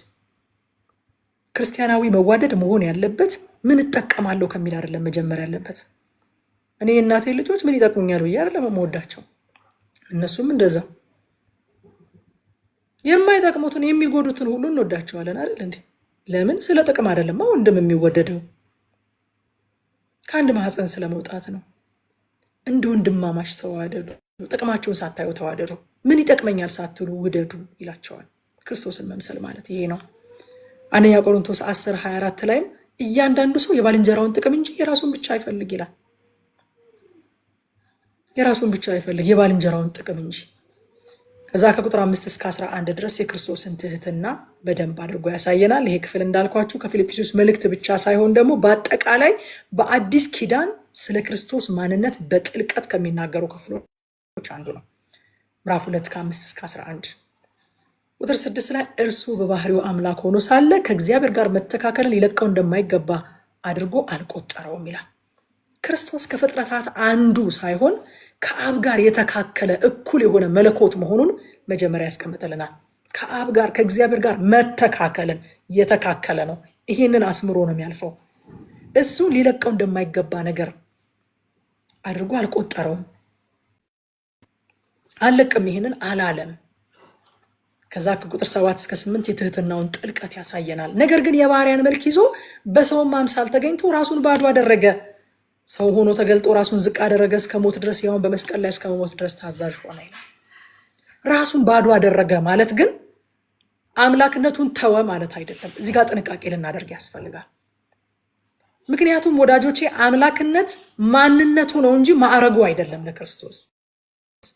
አሁን ማዕረግ ካያችሁ ይገፈፋል አይደለ? ማዕረግ ይወሰዳል፣ ደግሞ መልሶ ይሰጣል። ማዕረግ ከፍ ይደረጋል፣ ደግሞ ዝቅ ይደረጋል። ምክንያቱም ኤክስተርናል ነው፣ ኢንተርናል አይደለም። ከማንነታችሁ ጋር የተሰፋ ነገር አይደለም። ከላይ የደረባችሁት ነገር ነው። የሚሰጥ የሚወሰድ፣ የሚቀነስ የሚጨምር። አምላክነት ማንነት ነው እንጂ ማዕረግ አይደለም። ስለዚህ አምላክነቱን ራሱን ባዶ አደረገ ሲል አምላክነቱን ሙሉ ለሙሉ ሸትዳውን አደረገ ተወ ማለት አይደለም። አምላክነት ካባ አይደለም፣ አይወልቅም፣ አይደረብም። ማንነት ነው፣ ማንነት ነው። እኔ ቀሚስም ለበስኩ ሱሪም ለበስኩኝ ሴትነቴ ማንነቴ ነው። በቃ ሱሪ ስለብስ ሱሪ የለበሰች ሴት፣ ቀሚስ ስለብስ ደግሞ ቀሚስ የለበሰች ሴት ነው እንጂ መሆነው ማንነቴ አይቀየርም። ልብስ አይደለም። ልብሱ ሊቀያየር ይችላል፣ ማንነቴ ግን አይቀየርም። አምላክነት የሚቀየር ነገር የሚተው ነገር አይደለም። ራሱን ባዶ አደረገና ሰው ሆነ ስንል ክርስቶስ ሰውነትን የጨመረው መለኮትነቱን ሳይለቅ ነው። ይሄ ምስጢር ታላቅ ወዳጆች፣ በቃ ይሄ ምስጢር ግሩም ነው። ከአይምሮ በላይ ነው። ከአይምሮ በላይ ነው። አባቶች አምላክነትን ሳይለቅ ሰውነትን ገንዘቡ አደረገ ይላሉ። አከለ፣ ጨመረ በአምላክነቱ ላይ ይላሉ። ባዶ አደረገ ማለት የአምላክነት መብቱን በፈቃዱ ተወ። በፈቃዱ ተወ። ለምሳሌ የማይገደበው ተገደበ፣ የማይወሰነው ተወሰነ። አባቶች እንደሚሉት በአጭር ቁመት በጠባብ ደረት፣ በአንዲት መንደር በአንድ ቦታ በገሊላ ሲኖር በሰማሪያ የለም፣ በቤተልሔም ካለ በናዝሬት የለም። ራሱን ባዶ አደረገ ማለት የአምላክነት መብቱን ወዶና ፈቅዶ አልተጠቀመም ማለት ነው እንጂ አምላክነት የሚቆም የሚጀምር ነገር አይደለም። ቴንኪው ዚ የሚቆም የሚጀምር ነገር አይደለም አምላክነት። ከቁጥር 9 እስከ 11 ደግሞ ራሱን ዝቅ አደረገ ይላል። አብ ግን ከፍ ከፍ አደረገው ይላል። ሃሌሉያ! እስከምን ድረስ ከፍ ከፍ አደረገው? ጉልበት ሁሉ ለኢየሱስ ስም ይንበረከክ ዘንድ። ጌትነቱና ከፍታ ከሁሉ በላይና በሁሉ ላይ ነው። ጉልበት ሁሉ። ይህንን ሲል ክፍሉ እንግዲህ የኢየሱስን እግዚአብሔርነት በድጋሚ ያስረግጠልናል ማለት ነው። ጉልበት ሁሉ ያመነም ያላመነም ለኢየሱስ ጌትነት ይንበረከክ ዘንድ። ኢሳይያስ ምዕራፍ 45 ቁጥር 23 ላይ እግዚአብሔር ራሱ እንደዚህ ብሏል፣ ጉልበት ሁሉ በእኔ ፊት ይንበረከካል፣ አንደበትም ሁሉ በእኔ ይምላል ብዬ በራሴ ምያለው የማይታጠፍ ቃል ከአፌ በጽድቅ ወጥቷል ይላል። ጉልበት ሁሉ የሚንበረከከው ለእግዚአብሔር እንደሆነ በኢሳይያስ መጽሐፍ ላይ ራሱ እግዚአብሔር ሲናገር እናያለን። ፊልጵስዩስ 2 ላይ ይመጣና ኢየሱስ ክርስቶስ እግዚአብሔር ስለሆነ ጉልበት ሁሉ ለኢየሱስ ስም ይንበረከክ ዘንድ ይለናል ማለት ነው። እግዚአብሔር መሆኑን በአንድ ምዕራፍ ውስጥ 2 ጊዜ ተጠቅሶ እናገኘዋለን ማለት ነው። የክርስቶስ መንገድ በመስቀል ወደ ክብር ነው። በመስቀል በኩል አልፎ ነው ወደዚህ ክብር የገባው። ጌታ በምድረ በዳ ሲፈተን ካስታወሳችሁ ከመስቀል በፊት እንዲከብር አማራጭ ቀርቦለት ነበረ። የዓለምን መንግስታት ክብራቸውን አሳየውና ወድቀህ ብትሰግድልኝ እነዚህ ሁሉ ለእኔ ተሰጥተዋል፣ ለእኔ ደግሞ ለአንተ ሰጥሃለሁ አለው ይላል። ከመስቀል በፊት እንዲከብር በአቋራጭ እንዲከብር አማራጭ ቀርቦለት ነበረ። ሰዎችም ወንጌላትን ስናጠና እንዳየነው በተደጋጋሚ ከመስቀል በፊት ሊያነግሱት ሞክረው ነበረ። ሊያነግሱት እንዳሰቡ አውቆ በመካከላቸው አልፎ ሄደ ይላል እንጂ ግብዣቸውን አይቀበልም ነበረ። ዛሬም ወዳጆቼ ዓለም፣ ሰይጣን፣ ሰዎች በአቋራጭ መክበር እንደምንችል ይሰብኩናል። የኢየሱስ መንገድ ግን እሱ አይደለም። ኢየሱስ መንገዱን ጨርሶ በመስቀል በኩል አልፎ የመስቀልን ሞት ታግሶ ነው የመጨረሻው ከፍታ ላይ ይወጣ። ፍለጋውን እንድንከተል ምሳሌውን ትቶልን አለፈ ይለናል ጴጥሮስ። የእሱን ፍለጋ እንድንከተል ይፈልጋል። አቋራጮችን እንዳንወስድ፣ እንደ አማራጭ የሚቀርቡልን አቋራጮች እንዳንቀበል ይፈልጋል እግዚአብሔር። በትክክለኛው መንገድ ሄደን እንድንከብር ማለት ነው። ከቁጥር 12 እስከ 13 ድረስ መዳናችሁን ፈጽሙ ይላል። በድጋሚ መዳናችሁን ፈጽሙ። እንግዲህ ምን ብለናል? መዳንን የሚጀምረውም የሚፈጽመውም የእግዚአብሔር ጸጋ እንደሆነ አይተናል። ቁጥር 13 ላይም እንደ በጎ ፈቃዱ መፈለግና ማድረግም በእናንተ ውስጥ የሚሰራ እግዚአብሔር ነውና ብሏል። ይሄ ጸጋ ግን ኃላፊነታችንን እንድንወጣ ብቁ የሚያደርገን ነው እንጂ እኛን ተክቶ የሚሰራ አይደለም። ጸጋ በጣም ሚስ አንደርስታንድ ተደርጓል በዚህ ዘመን። ጸጋ እኛን ስራ ፈት አድርጎ እኛን ምንም ኃላፊነት የሌለብን አድርጎ እኛን ተክቶ የሚሰራ ሳይሆን እኛን ብቁ የሚያደርገን እግዚአብሔር ለሚፈልገው፣ እግዚአብሔር ለሚከብርበት፣ እግዚአብሔር ለሚወደው የጽድቅ ህይወት እኛን የሚያበቃ የእግዚአብሔር ኃይል ነው።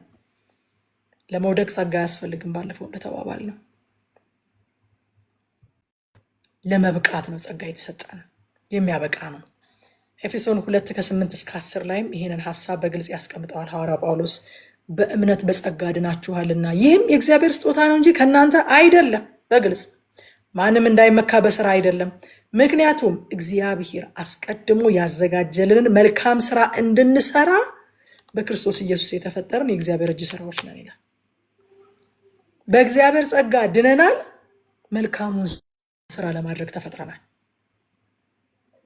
ያዳንን ጸጋ መልካሙን ስራ ለማድረግ ደግሞ የሚያበቃን ጸጋ ነው። ኤብል የሚያደርገን ጸጋ ነው ማለት ነው። ጳውሎስ የእግዚአብሔርን ጸጋ የሆነ በቃ እባክህ በጸጋ ነው ብለን የምንታበይበት ወይንም በቃ እኔ ጸጋው ነው እንግዲህ ብለን የምናመካኝበት ነገር ሳይሆን መዳናችንን በፍርሃትና በመንቀጥቀጥ የምንፈጽምበት አቅም እንደሆነ ነው ጳውሎስ የሚያስተምረው። ጸጋ ማለት በቃ ጸጋ ተሰጥቶኛል ብለን እንደፈለግን የምንሆንበት የኃጢአት ላይሰንስ አይደለም። የምንዘናጋበት የምናመካኝበት መንገድ አይደለም። ጸጋ ምንድን ነው ጳውሎስ ስትሉት መዳናችሁን በፍርሃትና በመንቀጥቀጥ የምትፈጽሙበት አቅም ነው ጸጋ ነው የሚለው። ከቁጥር 14 እስከ 16 የዓለም ብርሃን ሁኑ ይላቸዋል። ማንኛውንም ነገር ሳታጉረመርሙና ሳትከራከሩ አድርጉ ይላል ቁጥር 14 ላይ። ለካ ማጉረምረም ብርሃናችንን ከሚያደበዝዙ ነገሮች አንዱ ነው። የሆኑ ከባባድ ኃጢአቶች ብቻ አይደሉም ብርሃናችን ደምቆ እንዳይወጣ የሚያደርጉት። ብርሃን እንድትሆኑ ማንኛውንም ነገር ሳታጉረመርሙና ሳትከራከሩ አድርጉ ይላል። ከዛ ቁጥር 17 ላይ ነገር ግን በእምነታችሁ መስዋዕትና አገልግሎት ላይ እንደ መጠጥ ቁርባን በፈስ እንኳ ከሁላችሁ ጋር ደስ ይለኛል፣ ሐሴትን አደርጋለሁ ይላቸዋል።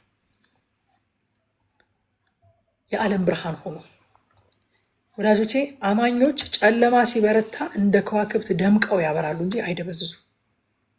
እንደ ከዋክብት ደምቀን እናበራለን። ከዋክብት ጨለማ የሚደምቁበት እድላቸው ነው እንጂ የሚደበዝዙበት መንገድ አይደለም። በዛ ከቁጥር 19 እስከ 24 ድረስ ጳውሎስ ስለ ጢሞቴዎስ የሰጠውን ምስክርነት እናገኛለን። 20 እና 21 ላንብቦ። ስለእናንተ ደህንነት ከልቡ የሚገደው እንደሱ ያለ ማንም የለኝም። ሁሉም የኢየሱስ ክርስቶስን ሳይሆን የራሳቸውን ፍላጎት ለማሟላት ይሯሯጣሉ ይላል።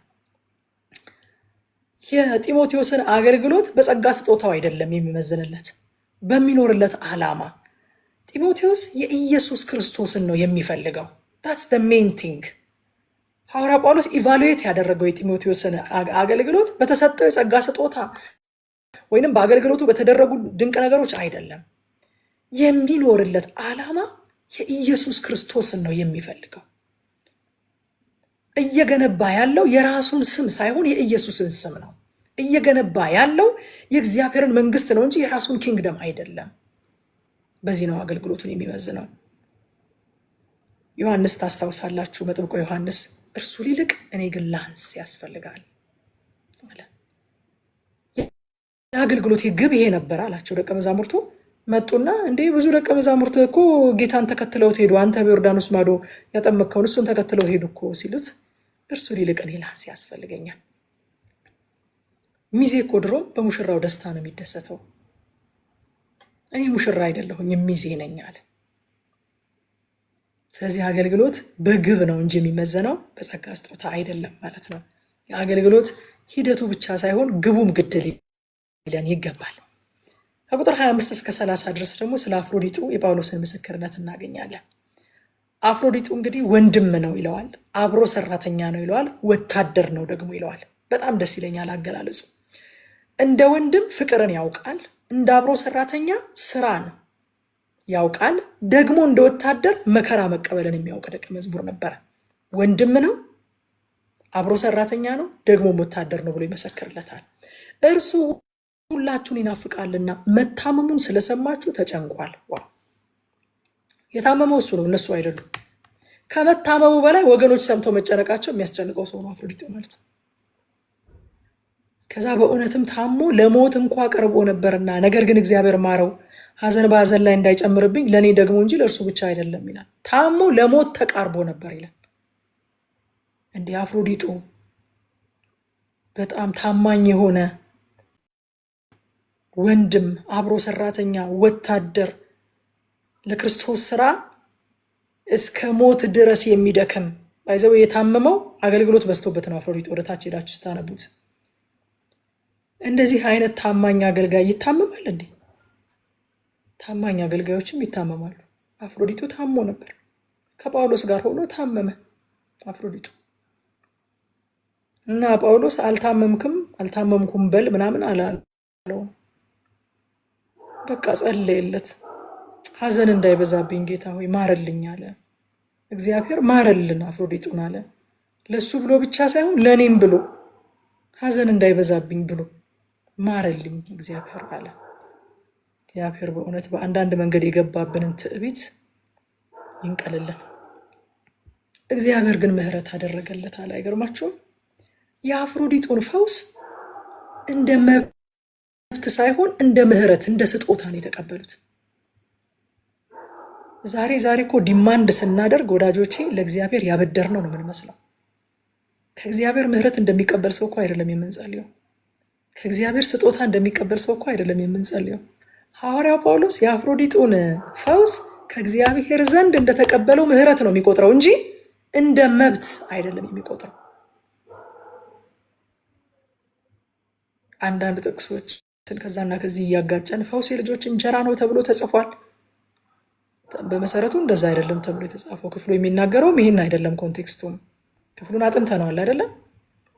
ጌታ ኢየሱስ ክርስቶስ ያችን ከነዓናዊት ሴት ነው ልጄን ፈውስልኝ ስትለው ከእስራኤል ቤት ለጠፉት ነው የመጣሁት እኔ፣ የልጆችን እንጀራ ይዞ ለቡችሎች መስጠት አይገባም አላት። ቡችሎችም እኮ ከጌቶቻቸው የወዳደቀውን ትርፍራፊ ይበላሉ አለች።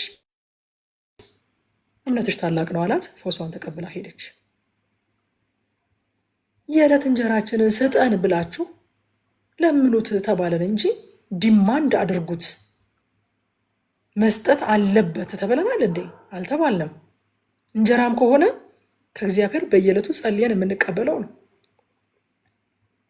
ምህረት አደረገለት እግዚአብሔር አለ። ይህ ትህትና በጌታ በኢየሱስ ስም ያገኘን። ምህረት አደረገለት ለኔ ብሎ ሐዘን እንዳይበዛብኝ ብሎ ለሱ ብቻ ብሎ ሳይሆን ለኔም ሐዘን እንዳይበዛብኝ ብሎ ምህረት አደረገለት ብሎ ፈውሱን እንደ መብት ሳይሆን አገልግለን በሚል እንደ ደሞዝም ሳይሆን እንደ ምህረት እንደ ስጦታ የአፍሮዲጡን ፈውስ ሲቀበሉ እዚህ ቦታ ላይ እናያለን። እዛ ቁጥር 30 ላይ እርሱም እናንተ ልትሰጡኝ ያልቻላችሁትን አገልግሎት ለማሟላት ሲል ለሕይወቱ እንኳ ሳይሳሳ ለክርስቶስ ስራ ከሞት አፋፍ ደርሶ ነበረ። ይሄ ሰው የታመመው በኃጢአት ምክንያት አይደለም። የታመመው የሆነ ዕውቀት ጎሎት አይደለም። የታመመው እምነት አንሶት አይደለም። አፍሮዲጡ አይደለም፣ እምነት ስለሌለው አይደለም። የፈውስ የሂሊንግ ዶክትሪን ስላልገባው አይደለም የታመመው። ለክርስቶስ ስራ ሲደክም ከሞት አፋፍ ደርሶ ነበርና ይላል። ሲያገለግል ሲደክም ነው የታመመው። ስራ በዝቶበት ነው የታመመው። ምን እንማር ከዚህ ምዕራፍ? አንደኛ ትህትና ዓለም እንደምትሰብከን የበታችነት ወይንም ደካማነት አይደለም፣ ክርስቶስን መምሰል ነው። ፓስተር ዋንዲ ሁል ጊዜ ሲያስተምረኝ እንደዚህ ይላል። ቲጂ ካይንድነስን ዓለም የምትተረጉመው ዊክነስ ብላ ነው ይለኛል። መልካምነትን፣ ደግነትን፣ ትሁትነትን ዓለም ደካማነት፣ የበታችነት፣ አለማወቅ አድርጋ ትተረጉመዋለች። እግዚአብሔር ቃል ግን ክርስቶስን መምሰል ነው ይለናል። ሁለተኛ በአቋራጭ መክበር ሰማያዊ መንገድ አይደለም፣ ምድራዊ ነው፣ አጋንንታዊ ነው። የጌታ መንገድ እንደዛ አይደለም። ሶስተኛ ከዚህ ምዕራፍ የምንማረው የጨለማው ብርታት፣ የክፋት ብርታት የእግዚአብሔር ልጆች እንደ ከዋክብት ደምቀው የሚታዩበት እድል ነው። በዚህ ጊዜ ብለን አሁን በዚህ ዘመን ደግሞ እንዴት ይቻላል? እንደውም የምንደምቀው በዚህ ዘመን ነው። እንደውም የምንደምቀው በዚህ ዘመን ነው። እንደውም ወንጌልን አድምቀን ማብራት የምንችለው በዚህ ዘመን ነው። እንደውም ክርስቶስን ማሳየት የምንችለው በዚህ ዘመን ነው። በጎ ሰው በጠፋበት በጎ ሆነን ስንገኝ፣ ታማኝ ሰው በጠፋበት ታማኝ ሆነን ስንገኝ፣ ጨለማው ሲበረታ የእግዚአብሔር ልጆች እንደ ከዋክብት የሚደምቁበት እድል ነው እንጂ የሚደበዝዙበት የሚጠፉበት አይደለም። አራተኛ የአገልግሎታችንን ሂደቱን ብቻ ሳይሆን ግቡን ቆም ብለን እንመልከት። ሐዋርያው ጳውሎስ ለጢሞቴዎስ እንደመሰከረው እንደዛ ነው። የማንን መንግስት የማንን ኪንግደም እየገነባሁ ነው ብለን ቆም ብለን ልንጠይቅ ያስፈልጋል ማለት ነው። ምዕራፍ 3 ላይ ክርስቶስን ማወቅ ከሁሉ የሚልቅ ሀብት ነው ይለናል ሐዋርያው ጳውሎስ። ክርስቶስን ማወቅ ከቁጥር 1 እስከ 3 ድረስ እውነተኛ መገረዝ በስጋ ሳይሆን በመንፈስ ነው ይላል። መጀመሪያ በጌታ ደስ ይበላችሁ ብሏቸው ይጀምራል። ከዛ በኋላ ሕግን በመጠበቅ ወይ በመገረዝ እንዲታመኑ ከሚያደርግ ትምህርት እንዲጠበቁ ያስጠነቅቃቸዋል። መልካም ስራ በመስራት ሕግን በመጠበቅ በመገረዝ ነው የሚሉ ትምህርቶችን ከመዳን ጋር ይህንን የሚደባልቁ ትምህርቶችን እንዲያስወግዱ ያስጠነቅቃቸዋል። አማኞች መልካም ስራ ለማድረግ ተወልደዋል እንጂ መልካም ስራ በማድረግ ዳግም አልተወለዱ። ሁለቱ በጣም የተለያዩ ነገሮች ናቸው። ቁጥር 3 ላይ እኛ በእውነት የተገረዝን በእግዚአብሔር መንፈስ የምናመልክ በክርስቶስ ኢየሱስ የምንመካ በስጋም የማንታመን ነንና ይላል። ባልተለወጠ ህይወት፣ ባልተለወጠ ማንነት፣ ባልተለወጠ ልብ የሚደረግ ውጫዊ ምልክት ወይም ሃይማኖታዊ ልምምድ ትርጉም የለው። እኛ በእውነት የተገረዝን በእግዚአብሔር መንፈስ የምናመልክ በክርስቶስ ኢየሱስ የምንመካ በስጋም የማንታመን ነንና ይላል። ሮሜ ላይም ካስታወሳችሁ ሮሜን ስናጠና ሮሜ ምዕራፍ 2 ከቁጥር 28 እስከ 29 ከኔ ጋር ነው ያጠና ነው ይህን ክፍል። አንድ ሰው ለይምሰል በውጫዊ ብቻ ይሁዳዊ ልሁን ቢል ይሁዳዊ አይሆንም። እውነተኛ ግዝረት ውጫዊና ስጋዊ ስርዓት አይደለም። ዳሩ ግን አንድ ሰው ይሁዲ የሚሆነው በውስጣዊ ማንነቱ ይሁዲ ሆኖ ሲገኝ ነው። ግዝረት የሚሆነው በተጻፈው ሕግ ሳይሆን በመንፈስ የልብ ግዝረት ሲኖር ነው። እንዲህ ያለ ሰው ምስጋናውን ከሰው ሳይሆን ከእግዚአብሔር ዘንድ ነው ይላል። ስለዚህ እግዚአብሔር የሚያየው ውስጣዊ ለውጥን ነው እንጂ ውጫዊ ልምምድን፣ ውጫዊ ሃይማኖታዊ እንቅስቃሴዎችን አይደለም የሚያየው። ውስጣዊው ነው። ግዝረት ውስጣዊ ነው። ለውጥ ውስጣዊ ነው። ለውጥ የሚጀምረው ከተለወጠ ህይወት ነው ይላቸዋል። ከቁጥር 4 እስከ 6 ድረስ ጳውሎስ ሰው ሊመካባቸው የሚችልባቸውን ነገሮች ይዘረዝራል። በዋናነት 7 ነገሮችን ይዘረዝራል። በ8ኛ ቀን ተገርዟል። እስራኤላዊ ነው። ከብንያም ነገድ ነው። ከዕብራዊ ነው። በሕግ በኩል ቢጠየቅ ፈሪሳዊ ነው።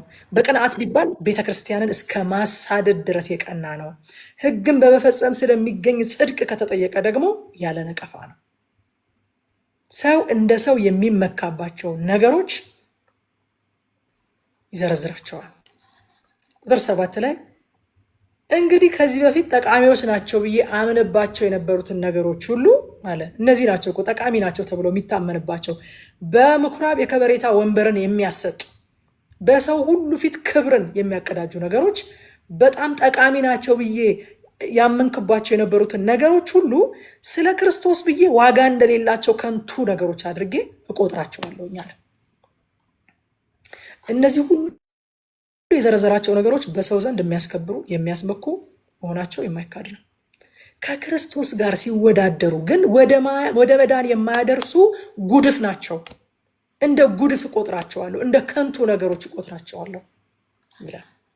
አዎ በእውነት ከሁሉ ይልቅ ስለሚበልጥ ስለ ክርስቶስ ኢየሱስ ስለ ጌታ እውቀት ነገር ሁሉ ጉዳት እንዲሆን እቆጥራለሁ። ስለ እርሱ ሁሉን ተጎዳው፣ ክርስቶስን አገኝ ዘንድ። በክርስቶስ በማመን ያለው ጽድቅ ማለት በእምነት ከእግዚአብሔር ዘንድ ያለው ጽድቅ እንጂ ከሕግ ለእኔ ያለው ጽድቅ ሳይሆንልኝ በእርሱ እገኝ ዘንድ ሁሉን እንደ ጉድፍ እቆጥራለሁ አለ።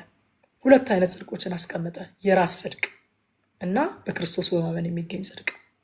የራስ ጽድቅ ሕግን ሁሉ ጠንቅቆ መፈጸም የሚገኝ ነው፣ ግን ከስጋ ለባሽ ማንም የተሳካለት ሰው የለም። በክርስቶስ በማመን የሚገኘው ጽድቅ ግን ከእግዚአብሔር የሚመጣና ለሚያምኑ ሁሉ የተሰጠ ነው። ሃሌሉያ። ሮሜ ላይ ለዛ ነው ሮሜ 3 ከ21 እስከ 22 ድረስ አሁን ግን ሕግና ነቢያት የመሰከሩለት ከሕግ ውጭ የሆነ የእግዚአብሔር ጽድቅ ተገልጧል። ይህ የእግዚአብሔር ጽድቅ ኢየሱስ ክርስቶስን በማመን የሚገኝ ጽድቅ ነው። ልዩነት የለም። ልዩነት የለም። ለተወሰነ ሕዝብ የተሰጠ አይደለም። ለተወሰነ የማህበረሰብ ክፍል የተሰጠ አይደለም። ልዩነት የለም። በክርስቶስ ኢየሱስ በማመን የሚገኝ ጽድቅ ነው ይላል። ከዛ ከቁጥር 10 እስከ 11 ክርስቶስን እንዳውቅ የሚለው ሀሳብ ያነሳል። ደግሞ ክርስቶስን እንዳውቅ፣ ክርስትና ለጳውሎስ ስለ ክርስቶስ ማወቅ ብቻ አይደለም፣ ክርስቶስን ማወቅ፣ ኤክስፒሪየንሻል ኖሌጅ፣ ከክርስቶስ ጋር በግል መተዋወቅ ነው ክርስትና። ክርስቶስንና የትንሣኤውን ኃይል እንዳውቅ በስቃዩ ተካፋይ እንድሆንና በሞቱም እርሱን እንድመስል እመኛለሁ። ዋው! ትንሣኤውን ለመለማመድ የመከራውና የሞቱ ተካፋይ ሊሆን ይመኛል። ለምን ከተባለ ሳይሞቱ መነሳት ስለሌለ። ሳይሞቱ መነሳት የለም። ብዙዎቻችን የምንፈልገው መነሳት ነው እንጂ መሞት አይደለም። ሳይሞቱ ግን መነሳት የለም። ሞቱን መለማመድ እፈልጋለሁኝ፣ እመኛለሁኝ፣ በሞቱ ልመስለው እፈልጋለሁ። ለምን? ትንሣኤውን እንዳውቅ ነው። ሳይሞቱ መነሳት የለማ። ያልሞተ ይነሳል እንዴ? አይነሳም። ሮሜ 6 ከ4 እስከ 5 ላይ ስለዚህ ክርስቶስ በአብ ክብር ከሞት እንደተነሳ እኛም እንዲሁ በአዲስ ሕይወት እንድንኖር በጥምቀት ሞተን ከእርሱ ጋር ተቀብረናል ይላል። በሞቱ ከእሱ ጋር እንዲህ ከተባበርን በትንሣኤው ደግሞ በእርግጥ ከእርሱ ጋር እንተባበራለን። ከክርስቶስ ጋር ያልሞተ ከክርስቶስ ጋር አይነሳም።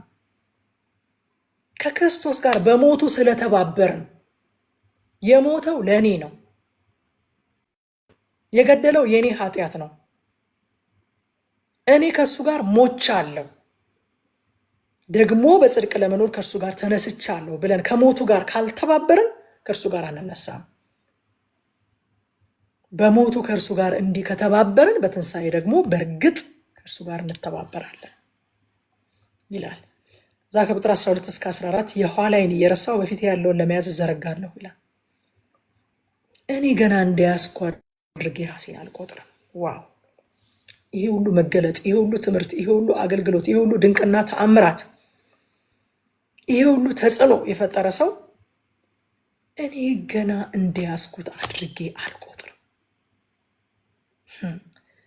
ሳይመጣም እኮ በነገራችን ላይ ሐዋርያው ጳውሎስ ወደ ጌታ ወደ ኢየሱስ ክርስቶስ ሳይመጣም መጽሐፍትን ጠንቅቆ የሚያውቅ በገማልያል እግር ስር ቁጭ ብሎ የተማረ ሕግ አዋቂ ፈሪሳዊ የነበረ ሰው ነው። ከመጣም በኋላ ደግሞ 3 ዓመት ጊዜ ወስዶ የእግዚአብሔርን ቃል ደግሞ አሁን ባገኘው ህይወትና አሁን በሆነለት መንፈስ አጥንቶ ተዘጋጅቶ ትምህርቱን ኢየሩሳሌም ካሉ እንደ አማድ ከሆኑ በሐዋርያት ፊት ወስዶ አስመዝኖ አስመርምሮ በከንቱ ሮጬ እንዳይሆን ብሎ በእውቀት የሚያገለግል ሰው ነው። እኔ ገና እንደያዝኩት አድርጌ ራሴን አልቆጥርም አለ። ለምን ካላችሁ ወዳጆቼ፣ ትክክለኛ እውቀት ብዙ የማናውቀው ነገር እንዳለ ነው የሚያሳውቀን። ሰው ባወቀ ቁጥር አለማወቁን ያውቃል። ትክክለኛ እውቀት ከሆነ አለማወቃችንን ነው ገልጦ የሚያሳውቀን። ስለዚህ ትሁታን ያደርገናል እንጂ አይ ኖ ኢት ኦል አያስብለንም። ትዕቢተኞች አያደርገንም። እያወቀ ሲመጣ ያላወቀው ብዙ እንዳለ ገባው። ስለዚህ ገና እንደያዝኩት አድርጌ ራሴን አልቆጥርም ማለት እዛ ከቁጥር 15 እስከ 16 በደረስንበት በዚያ እንመላለስ ይላል። ብዙ እውቀት መሰብሰብ ብቻውን መንፈሳዊ አያደርግም። መንፈሳዊነት የደረስንበትን ህይወት መግለጥ ነው፣ የገባንን ነገር መግለጥ ነው። እሺ ዛሬ ተማርኩኝ፣ ምንድነው አፕላይ የማደርገው? ምንድነው ምጥለው? ምንድነው ማነሳው ብለን አፕላይ እንድናደርገው ይመክረናል። ያዕቆብም ቃሉ የሚናገረውን አድርጉ እንጂ ሰሚዎች ብቻ ሆናችሁ ራሳችሁን አታታሉ እንደሚለን ማለት ነው። ቁጥር 17 እስከ 19 ድረስ አርአያ የሚያደርጉትን እንዲመርጡ ይመክራቸዋል። ለምን ከተባለ የክርስቶስ ተከታይ የሚመስሉ የክርስቶስ መስቀል ጠላቶች አሉ ይላቸዋል። ስለዚህ አርአያ የምታደርጉትን ተምሳሌት የምታደርጉትን ምረጡ፣ እኛን የምትመስሉ ሆኑ። እንደዚህ አይነት ድፍረት እግዚአብሔር በህይወታችንና በአገልግሎታችን እንዲሰጠን በእውነት ጸጋ ይብዛልን። እኛን የምትመስሉ ሆኑ ይላቸዋል።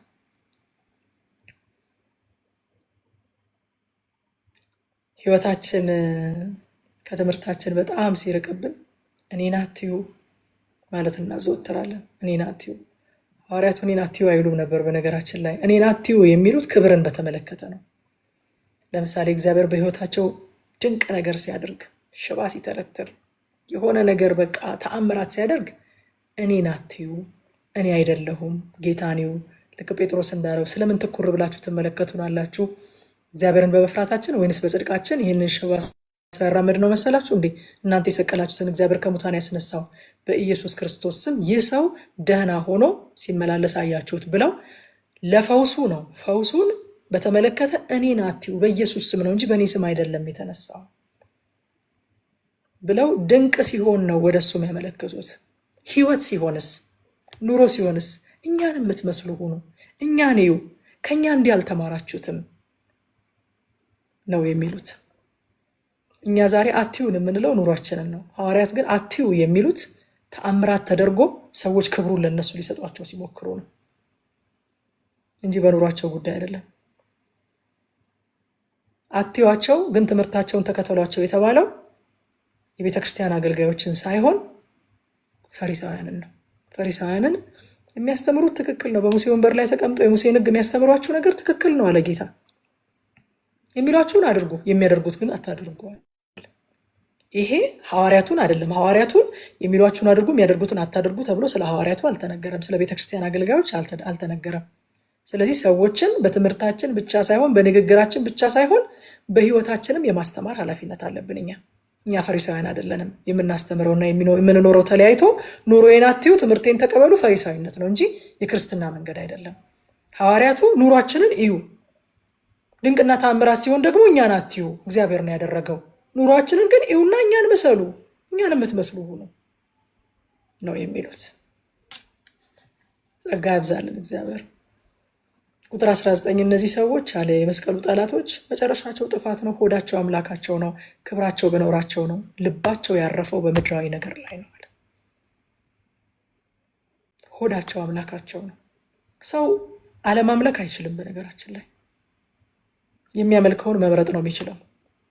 የሚያመልከው ነገር ይለያያል። እነዚህ ሰዎች ሆዳቸው ነው አምላካቸው። እዛ ከቁጥር 20 እስከ 21 የአማኞችን ተስፋ ይናገራል። የፊልጵስዩስ ሰዎች እንግዲህ የሮም ዜግነትም ስላላቸው በዜግነታቸው ትንሽ ይመኩ ነበረ። ስለዚህ ሐዋርያው ጳውሎስ እሱንም ነው የሚገስጸው። እኛ ግን ሀገራችን በሰማይ ነው ይላቸዋል። ከዚያ የሚመጣውን አዳኝ ጌታ ኢየሱስ ክርስቶስን በናፍቆት እንጠባበቃለን። እርሱም ሁሉን ለራሱ ባስገዛበት ኃይል ክቡር ስጋውን እንዲመስል የተዋረደው ስጋችንን ይለውጣል። ሀገር አለን፣ መንግስት አለን፣ የትንሣኤ ተስፋ አለን፣ ክቡር ስጋውን እንድንመስል እንለወጣለን ይላቸዋል። ዮሐንስም ይህንኑ ክፍል ሲያጠናክር በአንደኛ ዮሐንስ 3:2 ላይ ወዳጆች ሆይ እኛ አሁን የእግዚአብሔር ልጆች ነን፣ ወደፊት ምን እንደምንሆን ገና አልተገለጠም፣ እርሱ በሚገለጥበት ጊዜ እናየዋለን ይልና እርሱን እንደምንመስል እናውቃለን። ክቡር ስጋውን እንዲመስል የተዋረደው ስጋችንን ይለውጣል ያለውን ዮሐንስ ደግሞ እርሱን እንደምንመስል እናውቃለን በሚገለጥበት ጊዜ ይላል። ክርስትና ከምድር ያልፋል። ምን እንማር ከዚህ ምዕራፍ? አንደኛ የጽድቅ መሰረት ክርስቶስ እንጂ መልካም ነገሮች አይደሉም። መልካም ነገሮችን ማድረግ መልካም ነው፣ ደግሞ የሚጠበቅ ነው፣ የእግዚአብሔርም ጸጋ የተሰጠን ለዛ ነው።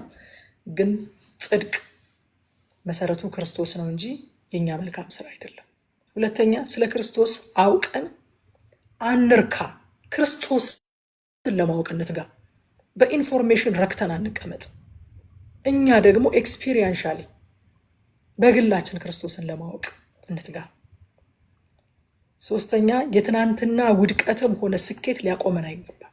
ወዳጆቼ አንዳንዶቻችን የትናንትና ውድቀታችን እንደ ገመድ ሆኖ አስሮ አቆሞናል። አንዳንዶቻችን ደግሞ የትናንትና ስኬታችን ላይ ስታክ አድርገናል። ብዙ ሰዎች አውቃለሁ የትናንትና ስኬታቸው ላይ ስታክ አድርገው የቆሙ ብዙ አይታችሁ ከሆነ በቃ ዛሬ ላይ ምንም ነገር ለማድረግ አይንቀሳቀሱም፣ ግን የትናንትና ስኬታቸውን ቁጭ ብለው ይቆጥሩላቸዋል። አቤት በእኛ ጊዜ እኮ አቤት በእኛ ጊዜ የነበረ መንፈሳዊ መነቃቃት፣ የነበረ ጸሎት፣ የነበረ ወንጌል ስርጭት፣ የነበረ ክርስቲያናዊ ፍቅር፣ የነበረ ህብረት፣ የነበረ ድንቅና ተአምራት በቃ ስታክ አድርገዋል። አንዳንዶች ደግሞ በቃ የሆነ ጊዜ እግዚአብሔር ሰርቶባቸው የሆነ ጊዜ እግዚአብሔር በህይወታቸው ድንቅ ነገር አድርጎ የሆነ ቦታ ላይ ወድቀዋል። ውድቀታቸው ይዟቸዋል። የትናንትና ውድቀትም ሆነ ስኬት ሊያቆመን አይገባም። የኋላችንን እየረሳን የፊታችንን ለመያዝ ልንዘረጋ ይገባል። አራተኛ የሰማይ ዜጎች መሆናችን የምድር ህይወታችንን ሊቃኘው ይገባል። የምድር ህይወታችን ላይ ሊታይ ይገባል። የሰማይ ዜጎች መሆናችን ያስታውቃል እኮ አይደለ? የሆኑ ሀገር ዜጎችን ሌላ ሀገር ስታውቋቸው ሰምሃው በቋንቋቸው ወይ በቀለማቸው ወይ በአመጋገባቸው ወይ ባለባበሳቸው ሰምሃው የሌላ ሀገር ዜጎች እንደሆኑ ለይታችሁ ታውቋቸዋላችሁ። ሰዎች አይተውን የሰማይ ዜጎች መሆናችን ያስታውቅብናል ወይ? የሰማይ ዜጎች መሆናችን የምድር ህይወታችንን ሊቃኘው ሊቀርጸው ያስፈልጋል። እግዚአብሔር ይመስገን። ምዕራፍ 4 ላይ ስንመጣ ምዕራፍ 4 ደግሞ ምዕራፍ 3 ላይ የሰማይ ዜጎች ናችሁ ካለን በኋላ ምዕራፍ 4 ላይ የሰማይ ዜጎችን አኗኗር ደግሞ ያሳየናል። የሰማይ ዜጎች ሆይ በጌታ ጸንታችሁ ቁሙ። የምዕራፍ 4 መልእክት ክርስትና ባለቀው የክርስቶስ ስራ ላይ ያለመናወጥ ጸንቶ የመቆም ህይወት ነው። የሰማይ ዜጎች ለመሆን የምንሰራው ስራ የለም። የሰማይ ዜጎች ነን። በክርስቶስ ኢየሱስ ስራችን ተሰርቶ አልቆልናል። ባለቀው ስራ ላይ ደግሞ ጸንተን መቆም ነው ክርስትና ህይወት ማለት። አንደኛ ቆሮንቶስ ምዕራፍ 15 ቁጥር 58 ላይ ስለዚህ ይላል፣ የተወደዳችሁ ወንድሞቼ ሆይ ድካማችሁ በጌታ እንዳይሆን አውቃችኋልና የምትደላደሉ የማትነቃነቁ የጌታም ስራ ሁል ጊዜ የሚበዛላችሁ ሆኖ ይላል። በቃ ክርስትና የመቆም ህይወት ነው። ጸንቶ የመቆም ህይወት ነው። ቴሪቶሪያችንን አስከብረን የመቆም ህይወት ነው። ነፃ ለመውጣት የመታገል ህይወት ሳይሆን ነፃነታችንን የማስጠበቅ ህይወት ነው። ገላትያ ምዕራፍ 5 ቁጥር 1 ላይ ታስታውሳላችሁ የሚለው በነፃነት ልንኖር ክርስቶስ ኢየሱስ ነፃ አወጣንና እንግዲህ ዳግመኛ በባርነት ቀንበር እንዳትያዙ ጸንታችሁ ቁሙ። ክርስትና ማለት ነፃ ለመውጣት የምንፍጨረጨርበት ህይወት አይደለም። ነፃ ወጥተናል። ነፃነታችንን አስጠብቀን ግን ጸንተን መቆም ያስፈልገናል። ጸንታችሁ ቁሙ። ጸንታችሁ ቁሙ። የተሸነፈ ነው እንጂ የምናሸንፈው ጠላት የለንም። ድላችንን ግን ጸንተን ልናስጠብቅ ያስፈልጋል። ከቁጥር 2 እስከ 3 ድረስ ቤተክርስቲያን ውስጥ የተፈጠረ ግጭት እናያለን። 2 እህቶች ተጣልተዋል። ኤዎዲያንና ሲንጤኬ የሚባሉ እህቶች ተጣልተዋልና እነዚህ እህቶች ደግሞ ከጳውሎስ ጋር ለወንጌል የተጋደሉ እህቶች ነበሩ። ጳውሎስ አገልግሎታቸውን ያከብራል። ከኔ ጋር እኮ ስለ ወንጌል የተጋደሉ ሰዎች ናቸው ይላል። በመጣላታቸው ምክንያት አገልግሎታቸውን አያጣጥልም፣ አያናንቅም። ለአገልግሎታቸው እውቅና ይሰጣል። እመክራቸዋለሁ፣ እለምናቸዋለሁ እንዲታረቁ እነዚህ ሴቶች። ግን እነዚህ ሴቶች እኮ ማለት ከኔ ጋር በወንጌል የተጋደሉ ናቸው። ይለምናቸዋል እንዲስማሙ። ደግሞ አገልጋዮች ሰዎች መሆናቸውን ማወቅ አለብን ወዳጆች። ይጣላሉ። ኤዎድያንና ሲንጤኬ ለወንጌል የተጋደሉ ሰዎች ተጣሉ። ሐዋርያው ጳውሎስ ደግሞ እነዚህማ ከተጣሉ በቃ መጀመሪያውንም አገልጋይ አይደሉም፣ እነዚህ ዝም ብለው የማይረቡ ሰዎች ናቸው ምናምን አይደለም ያላቸው። አይ የሴት ነገር ምናምን አላላቸውም። በቃ እንዲስማሙ ደግሞ ይለምናቸዋል። አገልግሎታቸውን ያከብራል፣ እንዲስማሙ ደግሞ ይለምናቸዋል። ብዙ ሰዎች አገልጋይ መቅረብ እፈራለሁ ይላሉ። ምክንያቱም በቃ ከቀረብኩት እሰናከላለሁ ይላሉ። ለምን? አገልጋይ ሰው እንደሆነ ማወቅ አይፈልጉም።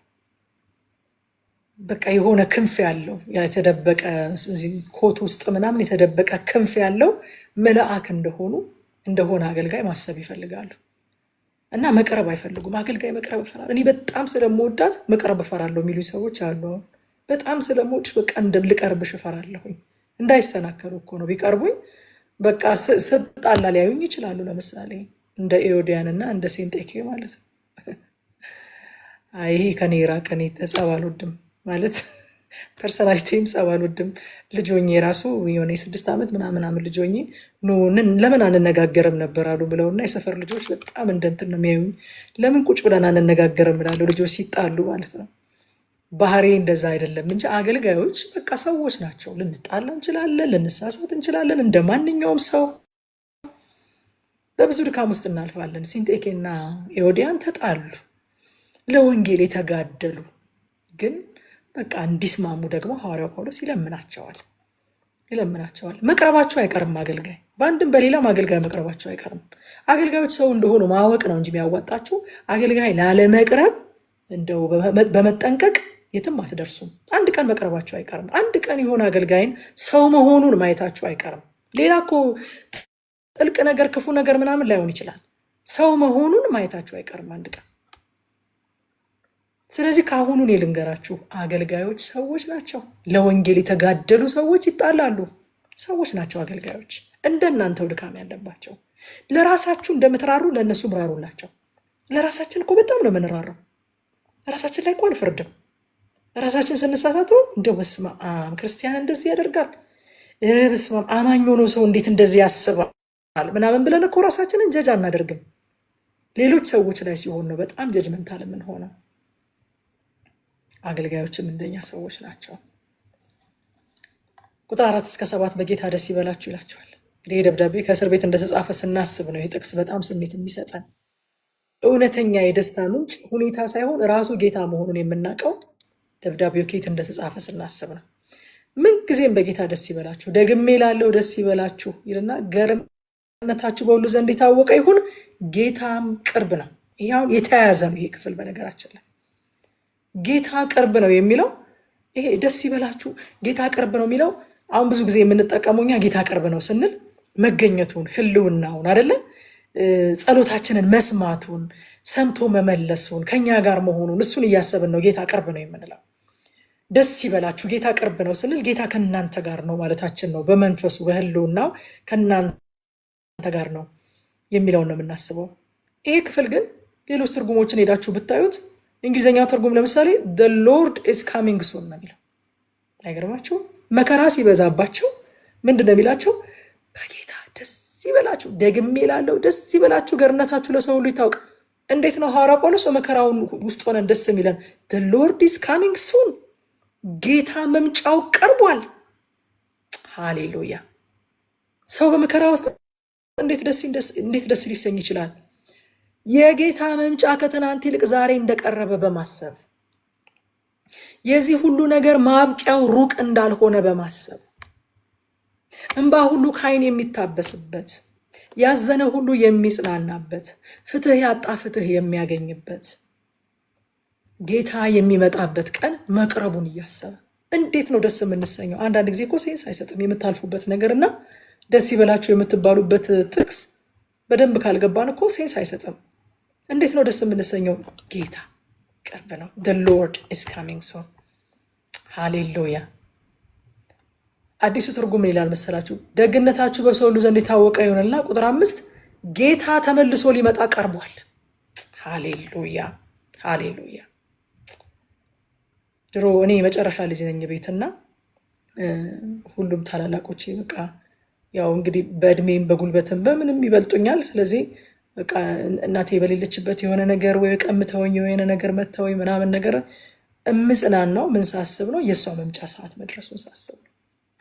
አሁን ትመጣ የለ ተቀብላ ትሰጠኛለች፣ ትመጣ የለ እነግርልሻለሁ ብዬ ነው ምጽናና። ወዳጆቼ በቃ የሚያጽናናን እሱ ነው። ይመጣ የለ ሃሌሉያ። ይመጣ የለ ይህንን ያስጨነቀንን፣ ይመጣ የለ ይህንን ያወከንን፣ ይመጣ የለ ይመጣለታል። ለኛ ይመጣልናል፣ ላስጨነቀን ደግሞ ይመጣለታል፣ ይመጣበታል። ጌታ ቅርብ ነው። ደስ ይበላችሁ። ምኑ ነው ደስ የሚያሰኘኝ? በምኑ ልደሰት? ይመጣ የለ ጌታ ደርሷል፣ መምጫው ደርሷል። the lord is coming soon, he is coming soon, the lord is at hand። መምጫው ቀርቧል። ስለዚህ ደስ ይበላችሁ ይላል። የሚደሰቱት የማይጨነቁት ሁኔታ ስለተመቻቸ አይደለም። የጌታ መምጫ ከትናንት ይልቅ ዛሬ እንደቀረበ እያሰቡ ነው። ዛሬ ደግሞ ለእኔና ለእናንተ ይህ መልእክት ከተጻፈበት ጊዜ ይልቅ የጌታ መምጫ እጅግ ቀርቧል። ስለዚህ የሚያስጨንቅ ነገር ውስጥ ሆኜ እንዴት ልደሰት? ጌታ መምጫው ቀርቧል፣ ደርሷል። ያቀን ደርሰናል። አይዟችሁ። ሃሌሉያ። ከማስተዋል በላይ የሆነው የእግዚአብሔር ሰላም ልባችሁንና ሀሳባችሁን በክርስቶስ ኢየሱስ ይጠብቃል ይላል። የእግዚአብሔር ሰላም ችግሩ ከተወገደ በኋላ የሚመጣ አይደለም። በችግሩ ውስጥ ሆነን በእረፍት የሚሞላ ነው። የጌታን መምጣት ስናስብ የእግዚአብሔር ሰላም ልባችንንና ሀሳባችንን በክርስቶስ ኢየሱስ ይጠብቃል። አንተ ላይ ታምናለችና አንተን የምትደገፈው ነፍስ ፈጽመ በሰላም ትጠብቃታለህ እንዳለ ማለት ነው ኢሳይያስ።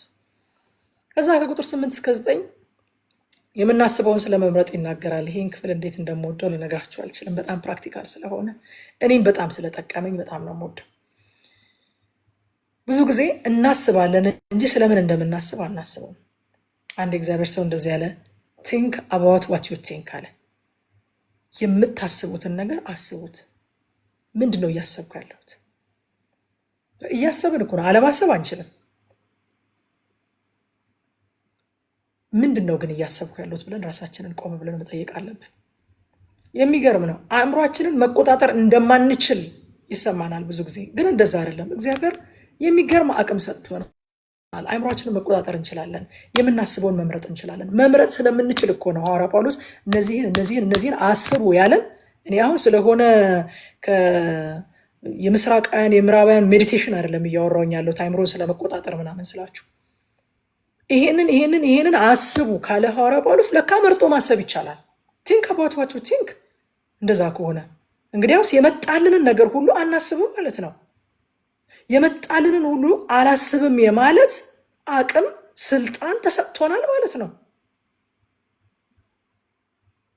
አእምሯችንን ሳንጠብቅ ሰላማችንን መጠበቅ አንችልም።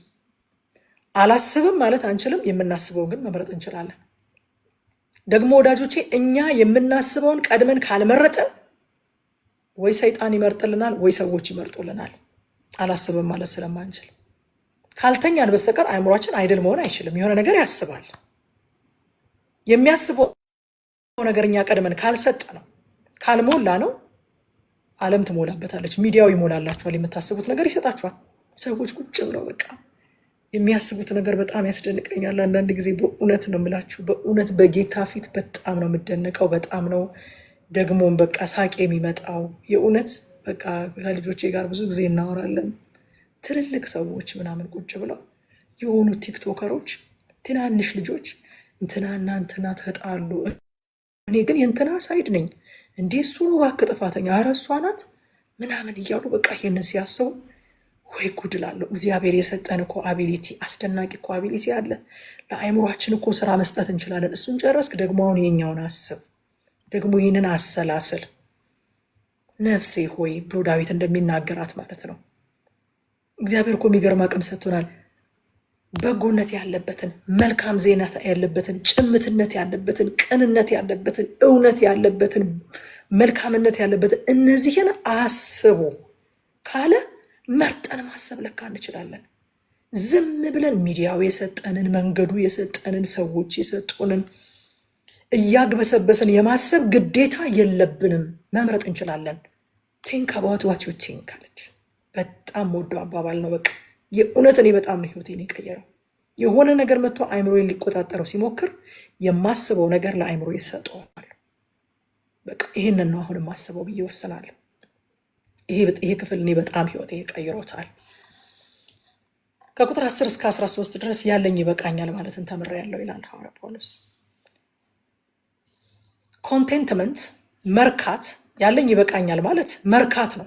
ባጭር ቃል ያለኝ ይበቃኛል ማለት የሆነ ገንዘቡን ቆጥሮ ምናምን ያሉትን ነገሮች ምናምን ደምሮ ቀንሶ ምናምን አይ በቃ በቂ ነው እንዴ ለመኖር ምናምን ብሎ አይደለም። ኮንቴንትድ መሆን ወዳጆቼ፣ ኮንቴንትመንት የሆነ ከቁሳቁስ አይደለም የሚገኘው፣ ከቁሳቁስ አይደለም የምንማረው ነገር ነው። ተምሬያለሁ ነው የሚለው ሐዋርያ ጳውሎስ። ያለኝ ይበቃኛል ማለት ኮንቴንትድ መሆን መርካትን ተምሬያለሁኝ ይላል። ከዛ በጣም ይገርመኛል ቁጥር 13 ላይ ኃይልን በሚሰጠኝ በእርሱ ሁሉን ማድረግ እችላለሁ። ኃይልን በሚሰጠኝ በክርስቶስ። አሁን ይችን ጥቅስ የምንጠቅሳት እኛ የፈለግነውን ነገር ማድረግ የምንችል በክርስቶስ የተመኘነውን የፈለግነውን ነገር ማድረግ እንደምንችል አድርገን ነው። ጳውሎስ ኃይልን በሚሰጠኝ በክርስቶስ ሁሉን እችላለሁ ሲል ምን እያለ ነው? ቁጥር 12 ላይ የተዘረዘሩትን ነገሮች ነው በክርስቶስ እችላለሁኝ ያለው። ቁጥር 12 ምንድን ነው? ማጣትን፣ ማግኘትን፣ ብጠግብም ብራብም ባገኝም ባጣም በማንኛውም ሆነ በየትኛው ሁኔታ ያለኝ ይበቃኛል የማለትን ሚስጥር ተምሬያለሁ ካለ በኋላ ኃይልን በሚሰጠኝ በክርስቶስ ሁሉን እችላለሁ ይላል። ዋው ወዳጆቼ፣ ማጣትን የምንችለው በክርስቶስ ነው። ማጣትን ብቻ መሰላችሁ? ማግኘትን የምንችለው በክርስቶስ ነው። መጥገብንም የምንችለው በክርስቶስ ነው። መራብን የምንችለው በክርስቶስ ነው። ረሃብን ብቻ ሳይሆን ጥጋብንም የምንችለው በእግዚአብሔር ጸጋ ነው። ምክንያቱም ብዙዎችን ከእግዚአብሔር ቤት ያስወጣቸው ረሃብ ሳይሆን ጥጋብ ስለሆነ፣ ማጣት ሳይሆን ማግኘት ስለሆነ፣ ስለዚህ ማግኘትንም ማጣትንም ሃንድል ማድረግ የምንችለው ማኔጅ ማድረግ የምችለው ማስተዳደር የምችለው በእግዚአብሔር ጸጋ ነው፣ በክርስቶስ ነው እያለ ነው ሐዋርያው ጳውሎስ እንጂ እንደው የፈለኩትን ነገር ሁሉ በክርስቶስ ማድረግ እችላለሁ እያለ አይደለም። ሁሉን ሲል 12 ቁጥር ላይ ቁጥር 12 ላይ ዘረዘራቸውን ነገሮች ነው እችላለሁ እያለ ያለው። ከፍታን በክርስቶስ እችላለሁ፣ ዝቅታንም በክርስቶስ እችላለሁ እያለ ነው። ካስታወሳችሁ ሮሜ ምዕራፍ 8 ላይ በክርስቶስ ኢየሱስ ካለ ከእግዚአብሔር ፍቅር ማን ይለየኛል ብሎ ዝቅታ ከፍታ ይላል ደግሞ አይደለም። መልካም ነገሮችን የሚያቀርባል፣ ክፉ ነገሮችን የሚያቀርባል። ለካ ዝቅታ ብቻ ሳይሆን ሰዎች ከፍታም ከእግዚአብሔር ይለያቸዋል፣ ከእግዚአብሔር ፍቅር ይለያቸዋል። በክርስቶስ ነው ያንንም የምንችለው ማለት ነው። ከቁጥር 14 እስከ 20 ድረስ ለአገልግሎት የተሰጠ ስጦታን እናገኛለን። ስጦታችሁን አለ እኔ ለአገልግሎቴ እንድጠቀምበት ብቻ አይደለም የምፈልገው። ቁጥር 17 ላይ ይኸውም ይላል ትርፉ ለእናንተ እየበዛ እንዲሄድ እንጂ ስጦታውን ጓጉቼ አይደለም ይላል። ለእግዚአብሔር መንግስት ስራ የምንሰጠው ስጦታ ትርፉ ለኛ እየበዛ መሄድ ነው። ከእናንተ መቀበል ብቻ አይደለም የምፈልገው፣ እናንተ ለእኔ ለአገልግሎቴ በምታደርጉት ስጦታ ለእናንተ ደግሞ የሚያፈራውን ፍሬ፣ ለእናንተ ደግሞ የሚመለሰውን በረከት እሱንም ማየት ስለምፈልግ ነው ይላቸዋል። እናንተም እንድትጠቀሙ ስለምፈልግ ነው ይላቸዋል። ከዛ ቁጥር 19 ላይ አምላኬ እንደ ታላቅ ባለጠግነቱ መጠን የሚያስፈልጋችሁን ሁሉ በክርስቶስ ኢየሱስ ይሞላባችኋል። አሁን ይሄ ክፍል ይሞላባችኋል የሚለውን ክፍል ነው በጣም አትኩሮት መስጠት የሚፈልገው እዚህ ጋር። በልግስና ለመንግስቱ ስራ ለሚሰጡ የተነገረ የተስፋ ቃል ነው እንጂ መልካም ምኞት አይደለም። በቃ ወይም ደግሞ ምርቃት አይደለም። ይሙላባችሁ በቃ ቢሞላባችሁ ብዬ በቃ ሚል ምኞትም አይደለም፣ መልካም ምኞትም አይደለም፣ ምርቃትም አይደለም። ኢትስ አ ፕሮሚስ። ለእግዚአብሔር መንግስት ስራ በልግስና ለሚሰጡ የተነገረ የተረጋገጠ የተስፋ ቃል ነው። ይሞላባችኋል አይደለም፣ ራሱ ይሞላባችሁ አይደለም፣ ይሞላባችኋል። ፎር ሹር ይሞላባችኋል ነው የሚለው። ከዛ ቁጥር 22 ላይ ቅዱሳንን ሁሉ በተለይ ከቄሳር ቤት ሰው የሆኑትን ከቄሳር ቤተሰብ የሆኑትን የሆኑት ወገኖች ሰላምታ ያቀርቡላችኋል ይላል። አያችሁ ምዕራፍ 1 ላይ የተናገረው ነገር በቃ እስራቴ መከራዬ ወንጌል እንዲሰፋ አደረገ እንጂ ወንጌልን አላስቆመውም እንዳለ ጳውሎስ መከራና እስራት እንደሚገጥመው እያወቀ ኢየሩሳሌም ሲሄድ እናስታውሳለን አይደል? ሐዋርያት ሥራን ስናጠና መንፈስ ቅዱስ እየነገረው ነቢያት እየነገሩት እስከ ሞት ድረስ ለጌታ ለኢየሱስ ክርስቶስ ለመክፈል የተዘጋጀው ነኝ እንጂ መከራ ለመቀበል ብቻ አይደለም ብሎ ወደ ኢየሩሳሌም የሄደው የእግዚአብሔርን ዓላማ አስበልጦ ነው ብለናል። የእግዚአብሔርን ዓላማ አስበልጦ በመሄዱ ደግሞ ታስሮ ወደ ሮም ሄደ። ሮም ሄዶ እንደተነገረለት ቃል ለነገስታት ወንጌሉን አደረሰ። የቄሳር ቤተሰቦች አምነው ነበረ። ለፊልጵስዩስ ሰዎች ሰላምታ ይልኩላቸው ነበረ። ምን ብሎታል? መጀመሪያ ሲድን ሐዋርያት ሥራ ምዕራፍ 9 ላይ ይሄ በሕዝብና በአሕዛብ ፊት በነገስታትም ፊት ስሜን የሚሸከም የክብር ዕቃዬ ነው ብሎታል እግዚአብሔር። ኢየሩሳሌም ሲሄድ እንደሚታሰር አውቆ ነው። ታስሮ ወደ ሮም ተወሰደ። ሮም ሄዶ በነገስታት ፊት ቆመ። ለቄሳር ቤተሰቦች ወንጌል መሰከረ። የቄሳር ቤተሰቦች ለፊልጵስዩስ አማኞች ቅዱሳን ሁሉ በተለይም ከቅዱሳን መካከል ከቄሳር ቤተሰቦች የሆኑ ወገኖች ሰላምታ ያቀርቡላችኋል አላቸው። ጌታ ይመስገን። ምን እንማር ከዚህ ምዕራፍ? አንደኛ ጭንቀታችንን በእግዚአብሔር ፊት ስንጸልየው የእግዚአብሔር ሰላም ይቆጣጠረናል። የእግዚአብሔር ሰላም ይሞላናል። በቃ በአንዳች አትጨነቁ፣ ለጌታ አሳውቁት፣ ለእግዚአብሔር ስጡት አለ። የእግዚአብሔር ሰላም ይቆጣጠረናል። ሁለተኛ ደስታችንን በሚለዋወጥ ሁኔታ ላይ ሳይሆን በማይለዋወጠው ጌታ ላይ እንመስረት። ወገኖቼ ደስታችሁን ሰይጣን የማይደርስበት ቦታ ላይ አስቀምጡት። እሱም ጌታ ይባላል።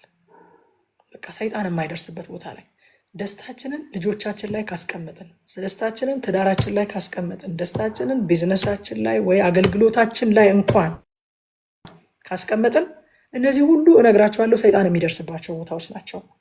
ይነካውና ያደፈርስባችኋል።